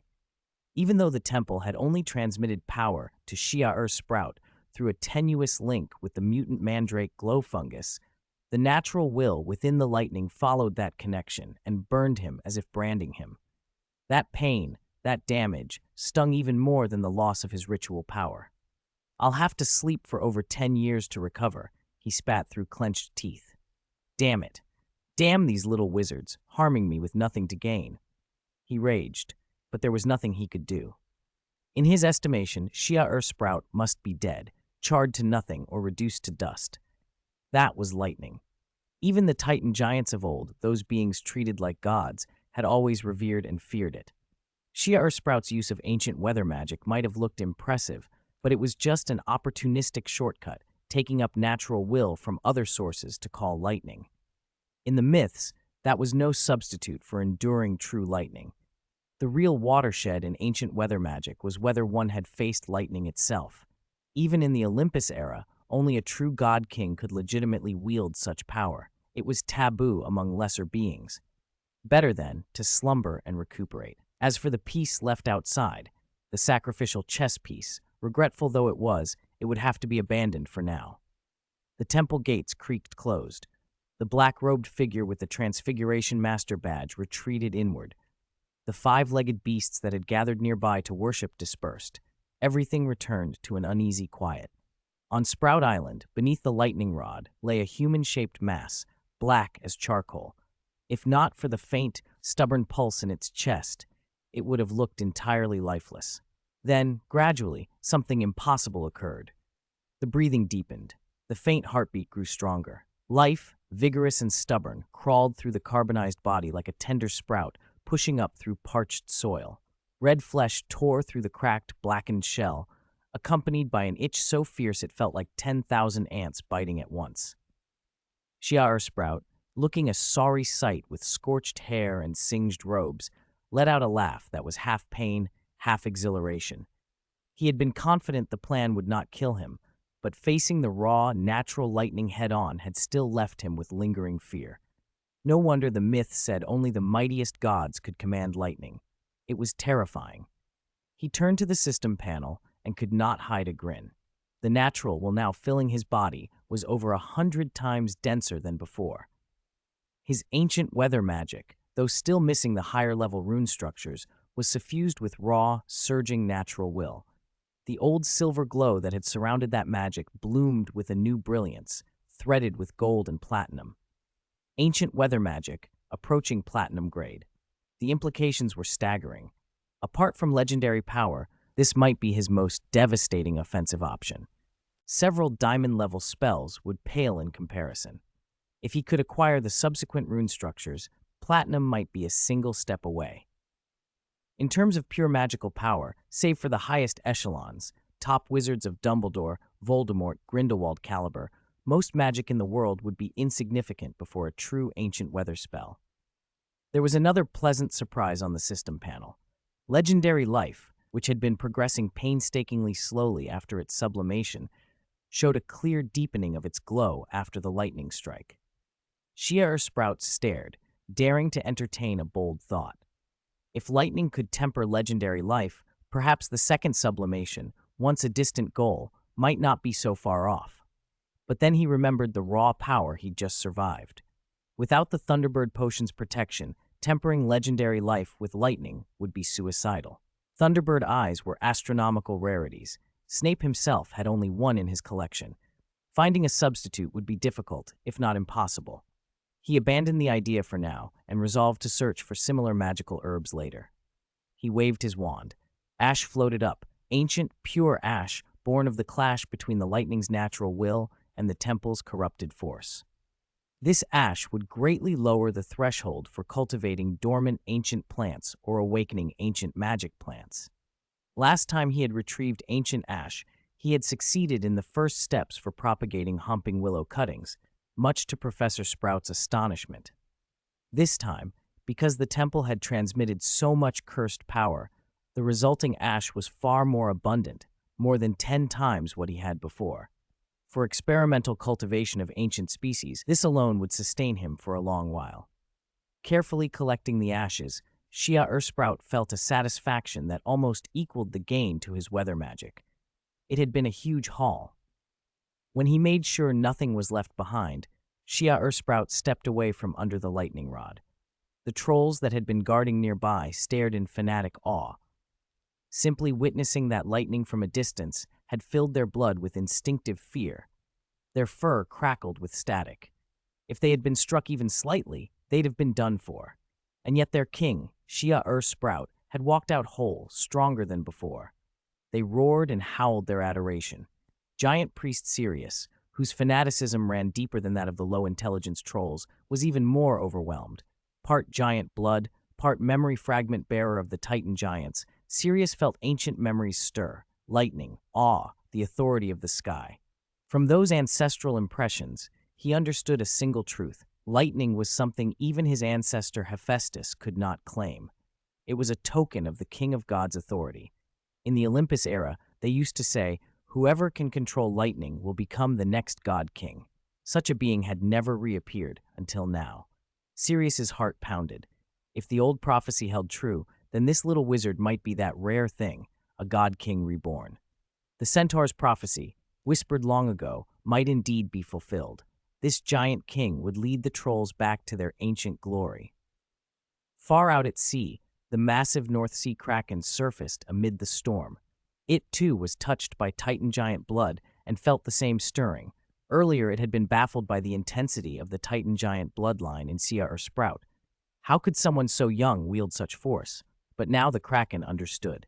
Sprout's blood was not merely Titan giant atavism. It was the bloodline of a former king of the gods, god king potential. Even in this declining age of magic, a chosen god king could still perform miracles. The kraken resolved then and there that it would curry favor with this future sovereign. It was glad they had remained on good terms. If they had been enemies after their first clash, the kraken might now be octopus sashimi. As these high bloodline beings instinctively directed their reverence toward him, Sprout felt something strange in his eye of the mind. Faint, tangible golden threads stretching out from giant priest Sirius and from the kraken toward him. When those threads, like strands of faith, touched him, he felt a prickling, as if a brand had been laid upon his brow. In his spiritual world, a faint lightning imprint floated before his inner sight. He looked at the system panel to see if it reflected the change. A moment later, the panel confirmed it. Alongside the mythical level glow of the Patronus charm, another faint, blurred inscription had appeared, shimmering with the same light. Sprout could just make out the words, God King's Authority. He froze. After a long breath, his pulse slowed and a hypothesis formed. The being in the Duraria temple had been astonished by his ancient weather magic and had kept asking where he'd learned it. Legends everywhere, Greek, Norse, said those who control lightning were either the god king or their successor. Perhaps surviving that lightning fulfilled some hidden condition. Perhaps the adoration of Sirius and the kraken, two beings with fragmentary Titan giant bloodlines, tipped whatever balance existed. Whatever the cause, the system said he had indeed gained a mythical level ability. Sprout cared about one thing, what it did. The lightning imprint in his eye of the mind suggested the God King's authority might be activated through mental power. While maintaining occlumency, he tentatively called on his mind to touch the imprint. Almost immediately, a crushing pressure descended, mountainous, familiar, like the force he had felt when invoking the mythical level Patronus charm. Only this time, it all bore down on his mind. A distant, majestic voice echoed in his head, like the language he'd heard with Demeter's oracle. The pressure was so immense his face drained of color, his vision blurred. If he hadn't been cautious, if he had tried a direct trigger, his spiritual world might have been shattered. He staggered back, breathing hard. The Patronus charm's strain had been manageable thanks to legendary life, but this was different. The God King's authority pressed entirely on thought itself. His mental power, though well above an ordinary little wizard's, was nowhere near enough to tap even a fraction of this new ability. He abandoned further probing for now. "It seems I'll have to wait until my mental power grows," he muttered. "Only then can I begin to explore the God King's authority without risk. Rushing into a mythical level ability is a death sentence." Strengthening his mind was not impossible.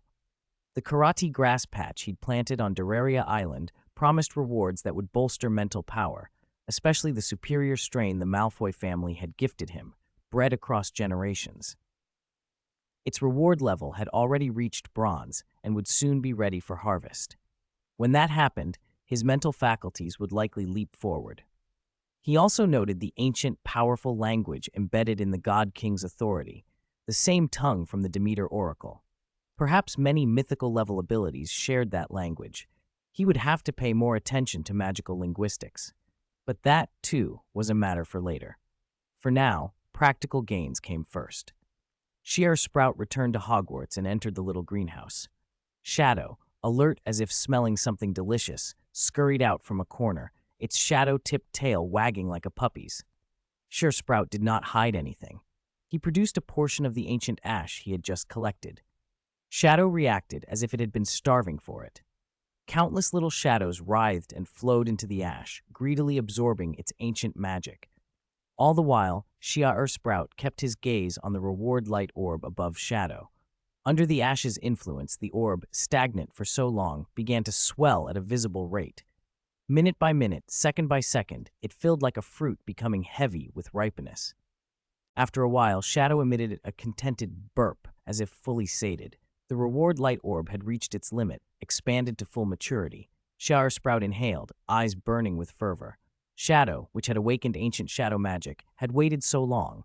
Now, its maturity was finally in sight. Just as Shadow was rapidly approaching maturity, countless tendrils of shadow streamed out across the ground from its body, writhing toward one direction. It seemed to sense something and anxiously urged Chang to look. He followed its gaze and made a soft sound. In that field were indeed Shadow's kin, the other shadow thorns. Chang realized why only Shadow had developed into an intelligent individual capable of using ancient shadow magic. Until now, he had lacked ancient magic nutrients. The other shadow thorns were far better than ordinary specimens, but compared to Shadow, they were practically a different species. Now, at the brink of maturity, Shadow was desperately pointing at them, as if trying to tell Chang something. A memory from the Herbology notes flickered through Chang's mind. When many shadow thorns gather, they sometimes encircle the strongest among them and form an enormous shadow thorn tree. Without wasting a second, Chang acted. He had taken far more ancient ash from the Doraria Island temple than he'd expected. Even if some were wasted, it wouldn't derail his other plans. If he was right, the harvest could be much larger. Chang raised his wand and scattered plume after plume of ancient ash over the other shadow thorns. At the same time, the wand tip emitted the same brilliant beam that had accelerated Shadow's growth before. Under the beam's influence, the latent ancient shadow magic in the shadow thorns began to stir. The shadows on the ground started to slither and expand, and the ash made them writhe faster and farther. The whole floor of the little greenhouse seemed to pulse with living shadow. When the shadows extended from Shadow, connected with the other shadow thorns, the change was instantaneous.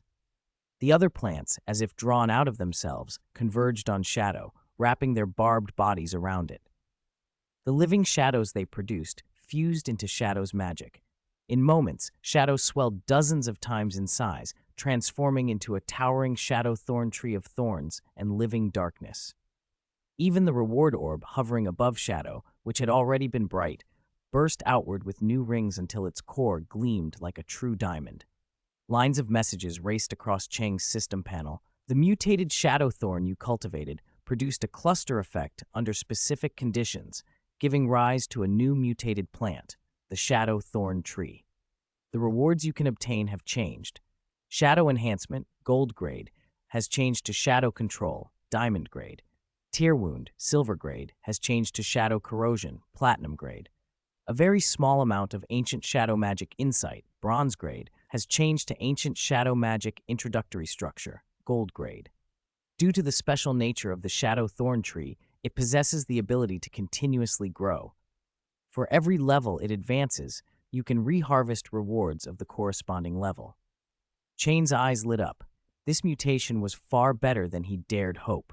Even Shadow alone probably wouldn't have yielded platinum rewards. Now, the Shadow Thorn Tree could produce diamond-level gains, and several rewards had risen significantly. Because the tree could keep growing by integrating other shadow thorns, it would continuously provide him with rewards, a prospect that exceeded his previous expectations. He reached out. The diamond-bright orb poured into him, and the system panel blurred as time waves flowed across it. A peculiar magic sank into his bloodline and mixed with his own power, a tangible, heavy shadow magic, reminiscent of the deep magic of the shadow world he'd felt when he'd been there. As it integrated fully, a clear line appeared on the panel: Shadow Control, Diamond Grade. Along with that came an instinctive mastery of shadow. Wherever shadows existed, he felt at home. He flicked a finger, and the shadow magic filling the little greenhouse swirled toward him, conforming to his will and taking shapes on command. His magic intensity and magical perception surged under the new enhancement. He smiled. If he'd had this when he first explored the shadow world, shadow magic would have no longer eroded him. It would have empowered him. He put his hand forward and condensed the shadow into a thin, razor-sharp blade that swept the floor. Wherever it passed, it cut cleanly and left corroding shadow magic along the severed edges. The manifestation of the other new ability, Shadow Corrosion, Platinum Grade. Chang had seen Shadow's corrosive nature before. Now, with instinctive control, even his minor charms could carry that corrosion. A careless opponent, even a wizard, could be crippled. Then, as had happened when he'd gained insight into ancient weather magic, a vision unfolded. A mythical battlefield and two mountain-like figures clashing with raw magic so immense that storms roared and the earth split. Chang felt his face go pale. The gulf between mythical level and legendary grade was laid bare. If he'd been there in that battle, survival would have been doubtful. One of the figures intoned a deep word, Perthrow, and shadows surged across the land, overwhelming the world as if intent on dragging everything into the shadow world. The scene dissolved into a tide of darkness, but before it did, Chang noticed the runes. A clear, complete structure of ancient shadow magic.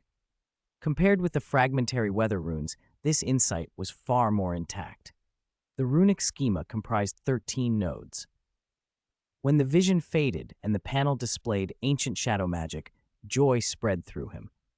If he learned that 13-node structure and acquired the corresponding natural will of shadows, ancient shadow magic might even surpass his knowledge of ancient weather magic, maybe advancing to platinum grade. If he then planted the shadow flower and harvested diamond-grade shadow affinity, shadow-related abilities would spike again. The deeper power of ancient shadow magic would be even more formidable. The shadow thorn tree itself would be a terrifying guardian. Its thorns were sharper than swords and shrouded in dense shadow magic. A single strike could wound creatures far stronger than a wizard. The tree could also attack with living shadow. One slip and even an elite auror might fall. Chang calmed himself and looked at the remaining ancient ash on his robes. Even after maturing the shadow thorns, he still had a good amount left. Used wisely, it could bring benefits at least as substantial as this. But he had no perfect subject at hand. Mythical plants like the world tree root or the Vulcan seed were out of the question. He lacked knowledge and would need an astronomical amount of ancient magic. The humping willow was only at an early stage. Even with ash, he couldn't complete the next steps. The most feasible use now was the mutated guardian tree seed he'd recently acquired. With the ash, it might sprout and grow quickly. Even without full maturity, it could reach an advanced state. But there was a dilemma. The seed's reward level could potentially be raised if specific conditions were met at maturity. If he rushed it, he'd likely get diamond grade, very good, but not transformative, since he'd just gained a series of diamond shadow rewards. What he desperately wanted was an epic or legendary reward. 10 diamonds didn't equal 1 epic, so he preferred to preserve the chance to elevate the seed's rewards. He inspected the seed again. The system panel showed its reward light flickering with diamond, epic, purple, and legendary colors. But compared to before, the purple epic light seemed more pronounced, nearly 30% larger, and the legendary glow had increased slightly while diamond's share had shrunk. Rechecking several times confirmed it. Something had shifted. What could have caused that change?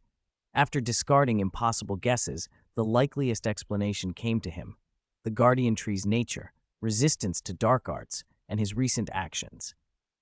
The most significant thing he'd done recently was fight the cursed power in the Doraria Island Temple.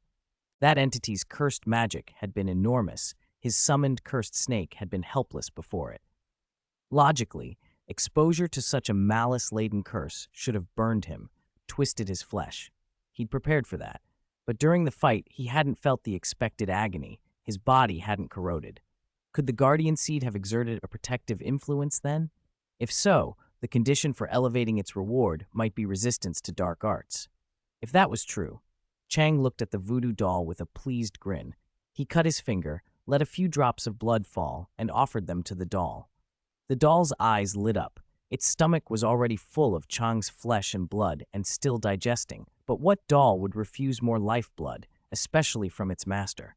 It greedily sucked the drops, and its face filled with ecstasy. Chang asked with a smile, "Does it taste good?"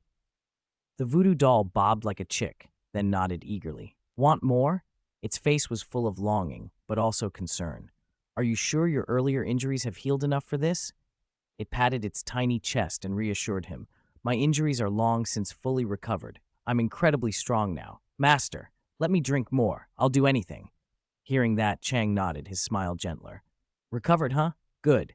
Then let's start working again." Chapter 258, Schemes, Borgin and Burke's Undercurrents. At the word work, the voodoo doll's cheerful face melted away. It knew there was no such thing as a free lunch in this world. How could someone as mercenary as Char, who even preyed on cursed objects, give it living flesh and blood without ulterior motive? After a moment of hesitation, the voodoo doll nodded reluctantly. Char had offered too much. There was no turning back. Char produced the guardian tree seed and ordered the voodoo doll to cast a curse. With his severed finger between its teeth, the voodoo doll muttered indistinctly. Cold, uncanny magic poured from it and coiled around the seed. But before the curse could reach the surface, the faint silver patterns on the guardian tree seed lit up. An invisible barrier sprang into being, and the cursed magic couldn't come within an inch. Char could feel the curse being annihilated. His eyes widened. Cursed magic was notoriously strange. Almost nothing could counter it. Even so-called sacred magic usually only affected petty curses. Truly powerful, eerie curses often shrugged it off. Yet the guardian tree seed annihilated cursed magic with startling effectiveness. As befits an aberrant seed, nurtured by a mythical-level Patronus charm, Char murmured, admiration in his voice. Its blessing is far superior to the old guardian tree. No wonder the cursed magic from the human-faced monster on Doraria Island didn't harm me. If the seed could be matured and its reward level raised to legendary, Char thought, its blessing might reach an astonishing degree. Few dark wizards in the magical world would be able to pierce it. His heartbeat quickened with anticipation. But as the voodoo doll poured everything it had into cursing, the reward glow on the seed barely shifted. Char's expression soured. The scene confirmed his suspicion. The way to raise the seed's reward level was to resist dark arts. But the voodoo doll had already consumed his legendary level flesh and blood. It was a powerful cursed object. Even at full force, the change on the seed was almost imperceptible. Only a faint uptick from epic, barely noticeable unless one watched constantly. At this rate, Char thought, relying on the voodoo doll alone to lift the seed to legendary would be hopeless. Is there any way to speed this up? Perhaps he needed far more, or far stronger, dark arts. A place came to mind, the Room of Requirement. For 1,000 years, Hogwarts students had hidden contraband there. Even Voldemort hid a Horcrux in it once. Char had no desire to meddle with Horcruxes. They were trouble by definition, and whatever unforeseen reaction the seed might have to Horcrux darkness was a risk he didn't want. But maybe there were other dangerous dark arts items stored in the Room of Requirement. He went to the 6th floor and stood before the painting of Barnabas the Barmy being clubbed by a troll. Clearing his mind with occlumency until only one thought remained, I need a place to hide things, he opened the door. Inside was exactly as described in the original story. Piles of contraband stacked like small mountains, dust and a musty smell hanging in the air. Char scanned the air for magical signatures, hunting for dark arts items that might help the seed. He rapidly became disappointed. Yes, there were dark arts objects, but most were beginner grade. novice pranks compared to what he needed. Like a programmer fresh out of Hello World, Hogwarts students had little exposure to genuinely powerful dark arts. Unless one was a Voldemort-level outlier, what powerful magic would a student have access to? Most objects people hid for fear of expulsion were childish compared to Char's standards. Time had also degraded many items into junk. Even objects that had once been a little sinister had lost potency. For example, Char found the iron cage from the original story containing the skeleton of a juvenile five-legged beast, still eerie but useless to him. Aside from the room itself, the only truly valuable thing was the Ravenclaw diadem Voldemort had hidden. Everything else combined was probably less effective than keeping the voodoo doll cursing the seed for a few more days. Disappointed, Char left the room of requirement. If that failed, where else could he find strong dark arts artifacts?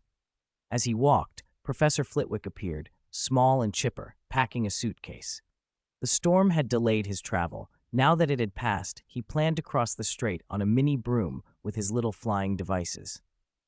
"Char," Flitwick greeted, beaming. "I've been looking for the perfect place to take off. I'm flying non-stop across the strait. Perhaps you could give me some pointers later? You're an excellent flyer." Flitwick fussed with the wind direction, then brightened. "Oh, have you read today's Daily Prophet? Big news." He pulled a copy from his robe and skipped the front page, pointing at an item. Char read it. The Moza Club had moved up the next Magical World dueling competition to be held 3 years from now. The prize would be unprecedentedly generous, able, it claimed, to grant any wish of the champion. Registration would be anonymous and open to anyone, regardless of age or previous titles. Past champions could compete again. Char's eyebrows rose. He'd expected the next competition to be 7 or 8 years off. Why the sudden change, and why such a rare kind of prize? Flitwick chattered about his hopes of winning in 3 years and earning a golden belt like a muggle boxer.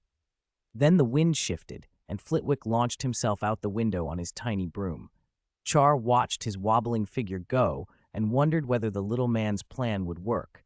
But in the books, Flitwick never had mishaps, and a charms master would have ways to avert disaster. More pressing was a nagging thought: the timing. The decision to hasten the dueling competition seemed to coincide roughly with the time Char had survived a lightning strike. It could be coincidence, but his sixth sense, born of repeated warning, made him suspicious. Something odd was stirring in the magical world. He thought of the International Herbology Association's qualification assessment, abruptly relocated from Paris to London. Even Professor Sprout had been baffled. Never had such a change occurred before. The world felt turbulent. Whether or not these anomalies were linked to him, Char knew one thing: improving his own strength was the only reliable response. If he couldn't push the seed to legendary, even raising it to a higher epic level would let him use the ancient ashes he had to accelerate growth. A stronger guardian blessing would let Ciel, Char's alias in some circles, ignore most dark arts. The critical question remained: where to find a large number of genuinely powerful dark arts artifacts. Aside from Horcruxes and things like a basilisk, which he didn't want to disturb so early, the most concentrated stores of dark arts items were surely held by pure-blood families. Last time the Malfoys had given him a dozen cursed jewels, it was easy to imagine the family's hoard. Other pure-blood houses, even if presently less influential, had wealthy ancestors who'd accumulated dangerous things. Some families, like the Gaunts, had produced objects of extraordinary potency. Char's eyes brightened. Now, with the Ministry of Magic launching operations to purge dark arts items, this would be a rare opportunity. In the summer mentioned in the original story, the Department of Magical Law Enforcement and the Auror Office had been tasked with sweeping the country for contraband, a move that had driven the Malfoys to sell off part of their collection at Borgin and Burke's. If the ministry was starting the operation early this year, that frantic sell-off would repeat, and Char could offer to help discreetly dispose of things, acquiring dark arts items in the process. Resolved, Char returned to his little greenhouse, picked up a quill, and wrote a letter to the Malfoys. The Daily Prophet's article had the Malfoy household in turmoil. Lucius Malfoy hastily ordered the house elves to inventory every dark arts object the family had stored for generations. For particularly secret or dangerous items, he took personal charge, grinding his teeth at the indignity. "You ministry infighting," he snarled under his breath. "Why drag us into this?" Inspectors could show up any time over the summer. Selling early would secure a good price. The purebloods were already preparing to offload contraband while they still could. Lucius was not stingy when status called for it. He had conjured dozens of cursed jewels for Char last time and lavished Karate grass seeds without hesitation. But to run a family like his required a measure of thrift. He wouldn't squander money on a firebolt for Draco if he could avoid it, after all. He went straight to Nocturne Alley, expecting other families to be doing the same. At Borgin and Burke's, however, the shopkeeper's welcome was different from the obsequiousness Lucius had seen before. Borgin picked through the list Lucius produced and started quoting insulting prices, as if he genuinely believed those valuations were fair. A piece of rotten weathered human skin, hundreds of years old, 13 sickles, 24 nuts, Borgin read with a smirk. An 18-piece cracked porcelain tea set that brews one-of-a-kind foul water, 1 galleon. Lucius's face went ashen. "What do you mean by this? Are you trying to drive down the price?" Borgin's blackened teeth showed in a grin. "Mr. Malfoy, that's how Borgin and Burke's does business, honest and fair. If you don't like it, keep them at home, or bury them in the wilderness. But the Aurors have many ways to find contraband. Sk. Might be you'll find old friends in Azkaban." At the mention of Azkaban, Lucius paled. That place was worse than death. He clenched his fists, furious and humiliated, but he couldn't afford a confrontation. Better to lose wealth than freedom. He began to rationalize the loss. Borgin watched the changing expression like a hawk. Triumph flitted across his face. The ministry's sweep was a godsend. He could amass a collection of rare items cheaply as desperate families sold off treasures. He wasn't afraid of the Aurors. After running a Nocturne Alley shop for so long, he had techniques to hide contraband so effectively even Mad-Eye Moody wouldn't find a trace. He believed he could handle Lucius's cargo and make a profit. Then the crystal ball Lucius carried began to heat in his hands. He stepped to the side, blocking Borgin's view, and peered inside. On the other end, Draco's anxious face flickered. "Father, Ciel has sent a letter." Lucius read Char's handwriting as it appeared in the crystal. Char had asked whether the ministry's actions would trouble the Malfoys and offered to help dispose of their dark arts items if needed. Relief flooded Lucius. Compared to Borgin's shop, Char's methods, peculiar, discreet, and rumor-held to be unusually effective, were on another level. If Char could make a family like the Marcuses disappear into the North Sea without leaving a trace, then why trust Borgin? Lucius replaced the crystal ball and strode back to the counter, snatching the inventory list from Borgin. The shopkeeper's confident smile froze. "Mr. Malfoy?" Borgin said, bewildered. Lucius's voice was cold with disdain. "I'm not selling to you." Then he left Nocturne Alley, leaving Borgin stunned, as if someone had swept up a sale he'd assumed was his. Borgin recovered quickly, slipping into the comfortable mask of disdain. He had his resources. Dealing with dark arts items was painstaking and vilified work. Most buyers wouldn't accept the risk, but Borgin could neutralize an item's edge and ensure the Aurors left no trace. He was sure Lucius would realize soon that he could not dispose of every item through Char alone. The price would go up, and Borgin would be waiting. As he returned to the shop, he ran a hand over an object covered with a black cloth, something that looked like a statue. A fanatic gleam lit his eyes. "Once this rush is over," he muttered, "I'll teach that upstart a lesson he won't forget." As he moved, the shadow behind the covered statue seemed to shift, as if the thing beneath the cloth were alive. Whether it was an illusion or something darker, the movement was real enough to chill the air. Chapter 259, Beyond Death, Horcruxes, Hufflepuff Dark Lord? Shire was still waiting for the Malfoys' reply in the little greenhouse when a commotion in the sky drew his attention. He looked up and saw a carriage flying toward them, drawn by strange, bony creatures with dragon heads, horse bodies, and huge bat-like wings. Shire's chest tightened.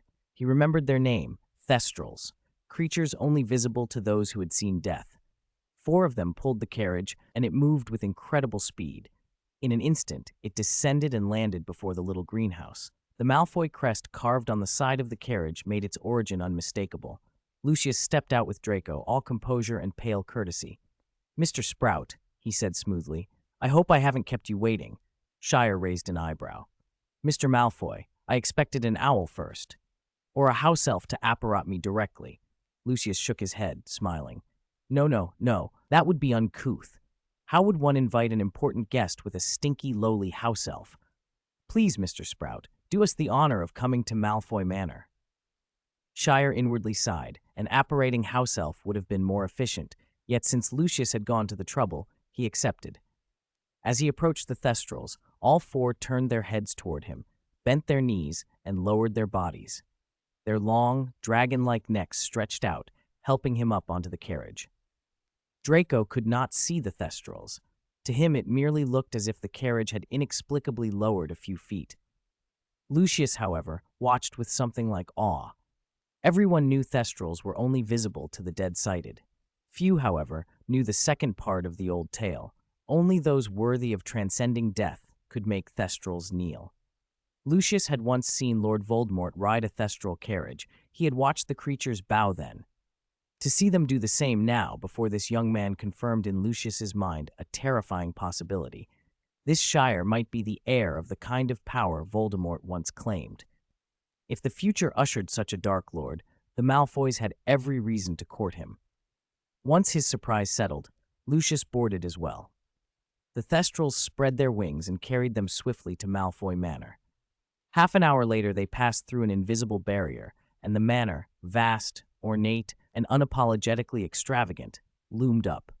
The written descriptions could never fully prepare Shire for it. Peacocks and Thestrals were everywhere. Muggle treasures were displayed like common stones. A gem and mother-of-pearl path led from the entrance to the reception hall. Wealth here was not ostentation, it was power. Shire admired it for a moment, then turned to business.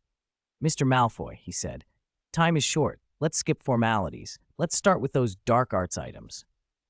Lucius's relief and admiration were visible. He had watched Shire's face earlier and seen no interest in their riches, only a clear intent to deal with the cursed things. Compared to Voldemort, this young man, potentially the next Dark Lord, seemed oddly honorable in his own way.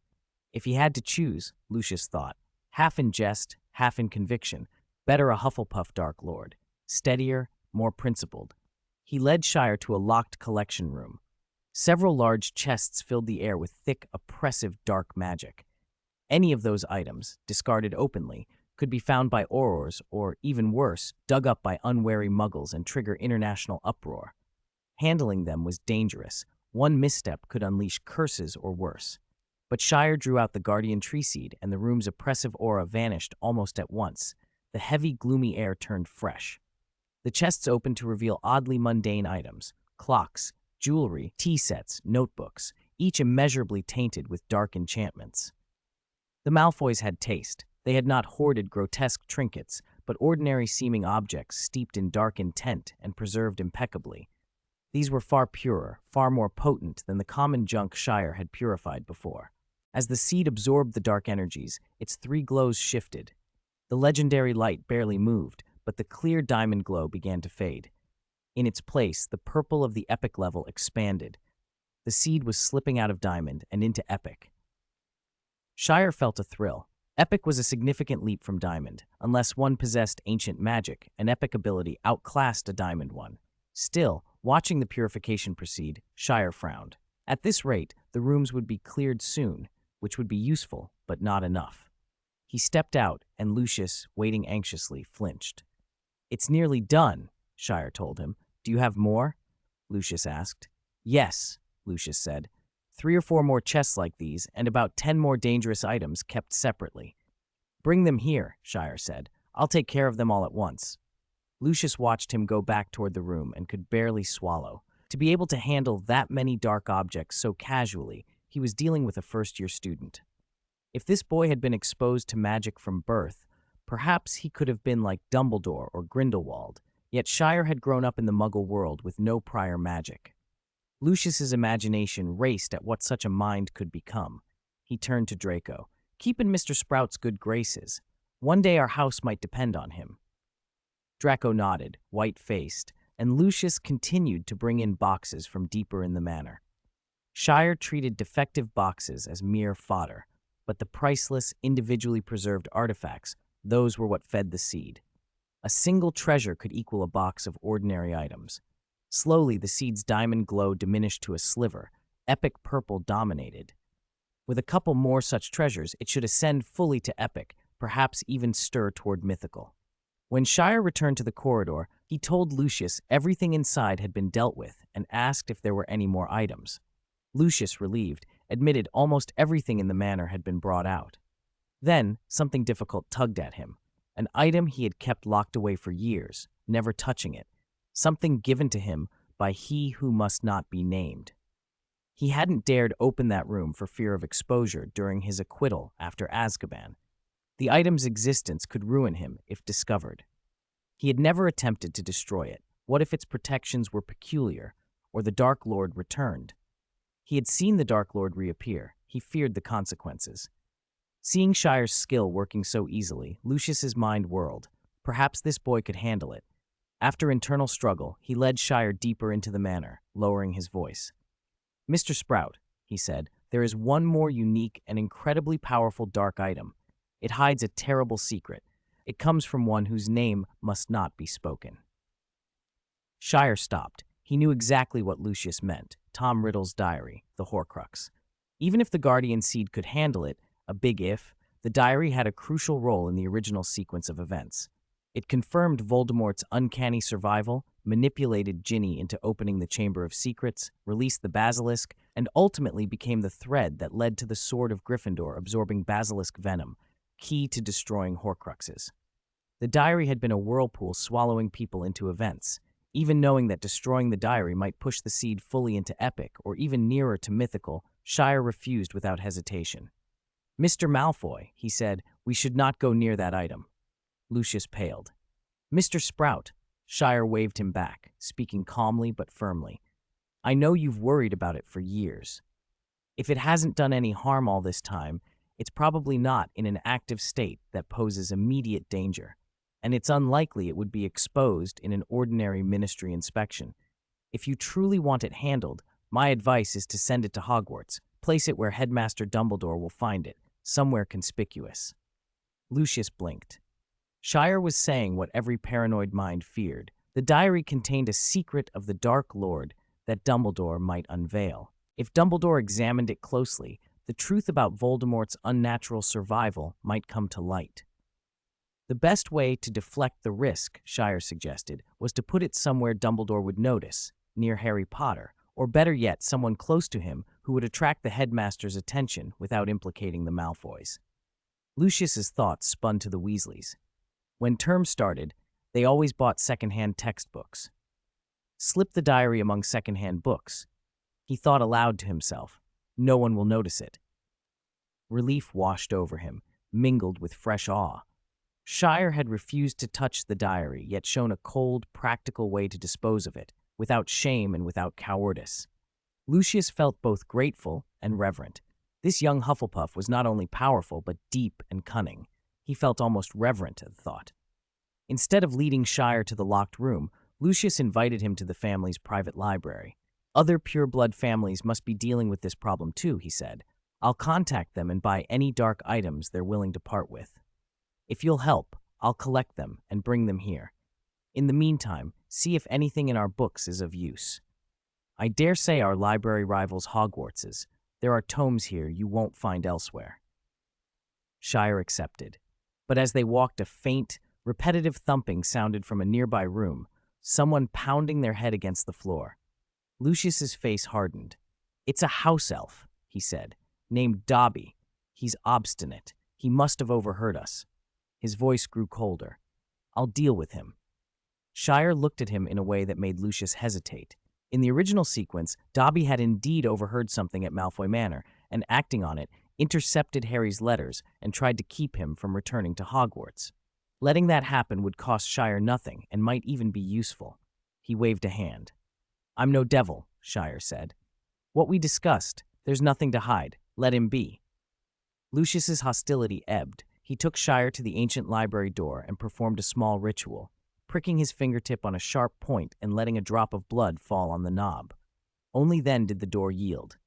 "Please, Mr. Sprout," Lucius intoned, "only distinguished guests are given access to a pure-blood family's library. I can assure you the Malfoy's collection is among the finest." Shire stepped inside. The sight stopped him short. This is, he thought. The library did not resemble a room of shelves. At its core rose an enormous living tree, its trunk and branches woven with books and scrolls like rings in its bark. Light gathered in its canopy, and roots curled through the floor, entwined with aged tomes and artifacts. It was vast, ancient, impossibly alive. "This is," Shire breathed tree, he said. Chapter 260, The Expedition, Spime Robins, and the Opal Necklace. The moment the door opened, what met Charles' eyes made him feel as if he had stumbled before the legendary world tree itself. Only after a heartbeat did he realize it was an enormous, ancient oil painting that almost covered the entire wall of the library. Dominating the canvas was a colossal tree, its crown vanishing into the sky, and its roots plunging into the earth, standing at the very edge of the horizon. At the base of the painting, a great ship rode the waves. On its deck stood rows of wizards in robes of many colors, faces alight with rapture, as if embarking on a life-changing quest. Charles stared. The painter was no ordinary hand. Each wizard was rendered with such lifelike detail that, despite being only pigments on canvas, no magic preserved, no thought trapped, they seemed almost animate. Even more arresting was the world tree itself, profound, weighty, as if it truly bore the world upon its shoulders. It was the same sense he had from the world tree root he kept. Could this be the same tree? No one could have painted such divinity from imagination alone. Questions crowded his mind. When had this been painted? Was that world tree real? Hadn't the world tree collapsed during the Olympus era, ending the age of myth? The contradictions were dizzying. Lucius, however, watched with a small, proud smile and began to explain the painting's origins. "Impressive, isn't it?" he said. "An oil like this, so vast, so ancient, there's nothing else like it in the world. It depicts the magical world's first world tree expedition."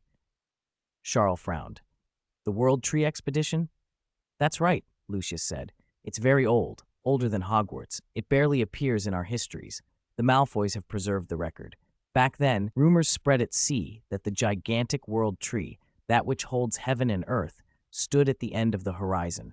It stirred almost every wizard, especially herbologists. They dropped everything to pursue it. This painting is the earliest record of the world tree's appearance. There were 2 more occurrences in the following centuries, but then it never happened again. Wizards call those journeys the World Tree Expeditions." Charles' gaze tracked the painted ship. He could not pick out a Malfoy among the figures. Lucius chuckled softly. "We didn't sail with them. We bankrolled the ship. If the Malfoys hadn't funded that voyage, the first expedition might never have happened." Charles' expression tightened. The connection suited the Malfoys' reputation. Lucius's tone grew lighter.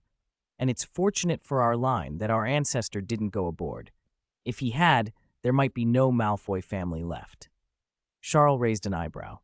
"What became of the expedition?" Lucius's finger traced a circle over the painted herbologists and finally stopped at 2 figures. "They all died," he said bluntly. "All but 2. He pointed to a thin, pallid wizard in black and a younger man with dark brown hair and sharp eyes.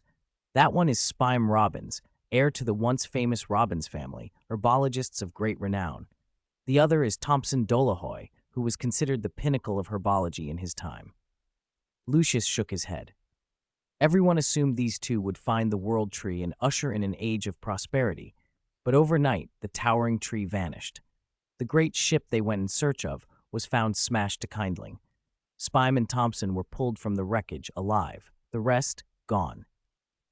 When Thompson regained consciousness, he cried out of horror. He said they'd found the world tree's domain, but Spim Robbins, using some family magic, tried to monopolize the tree.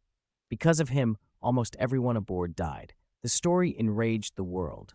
Spime was maddened, bragging at the end about killings.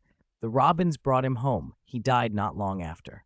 The Robins family lost all reputation and position. Their house was attacked and abandoned. The name Robins was hung in disgrace. Lucius's face turned mournful as he went on.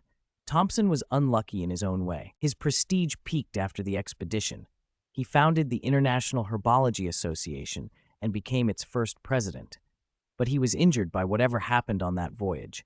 Less than 3 years later, he fell ill and vanished overnight. Now only his statue stands outside the association, honoring the legendary first president. Charles felt a prick of unease. His spiritual eye throbbed with a warning he couldn't dismiss. All the signs pointed toward Thompson Dollahoy. "The International Herbology Association," he murmured. "They're hosting the Herbology Assessment in London." He couldn't shake the sense that it wasn't a coincidence. Lucius noted the change in Charles' expression and asked cautiously, "Mr. Sprout, what's wrong?" Charles waved it off and asked instead, "Do you have any correspondence about the Robbins family in the library?"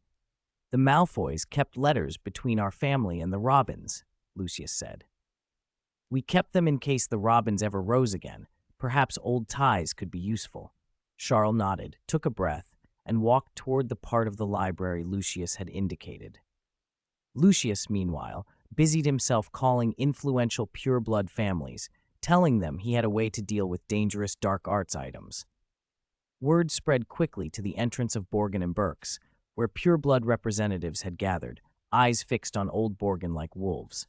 "You sell us items and demand payment to dispose of them? That's absurd," one demanded. Borgin grinned.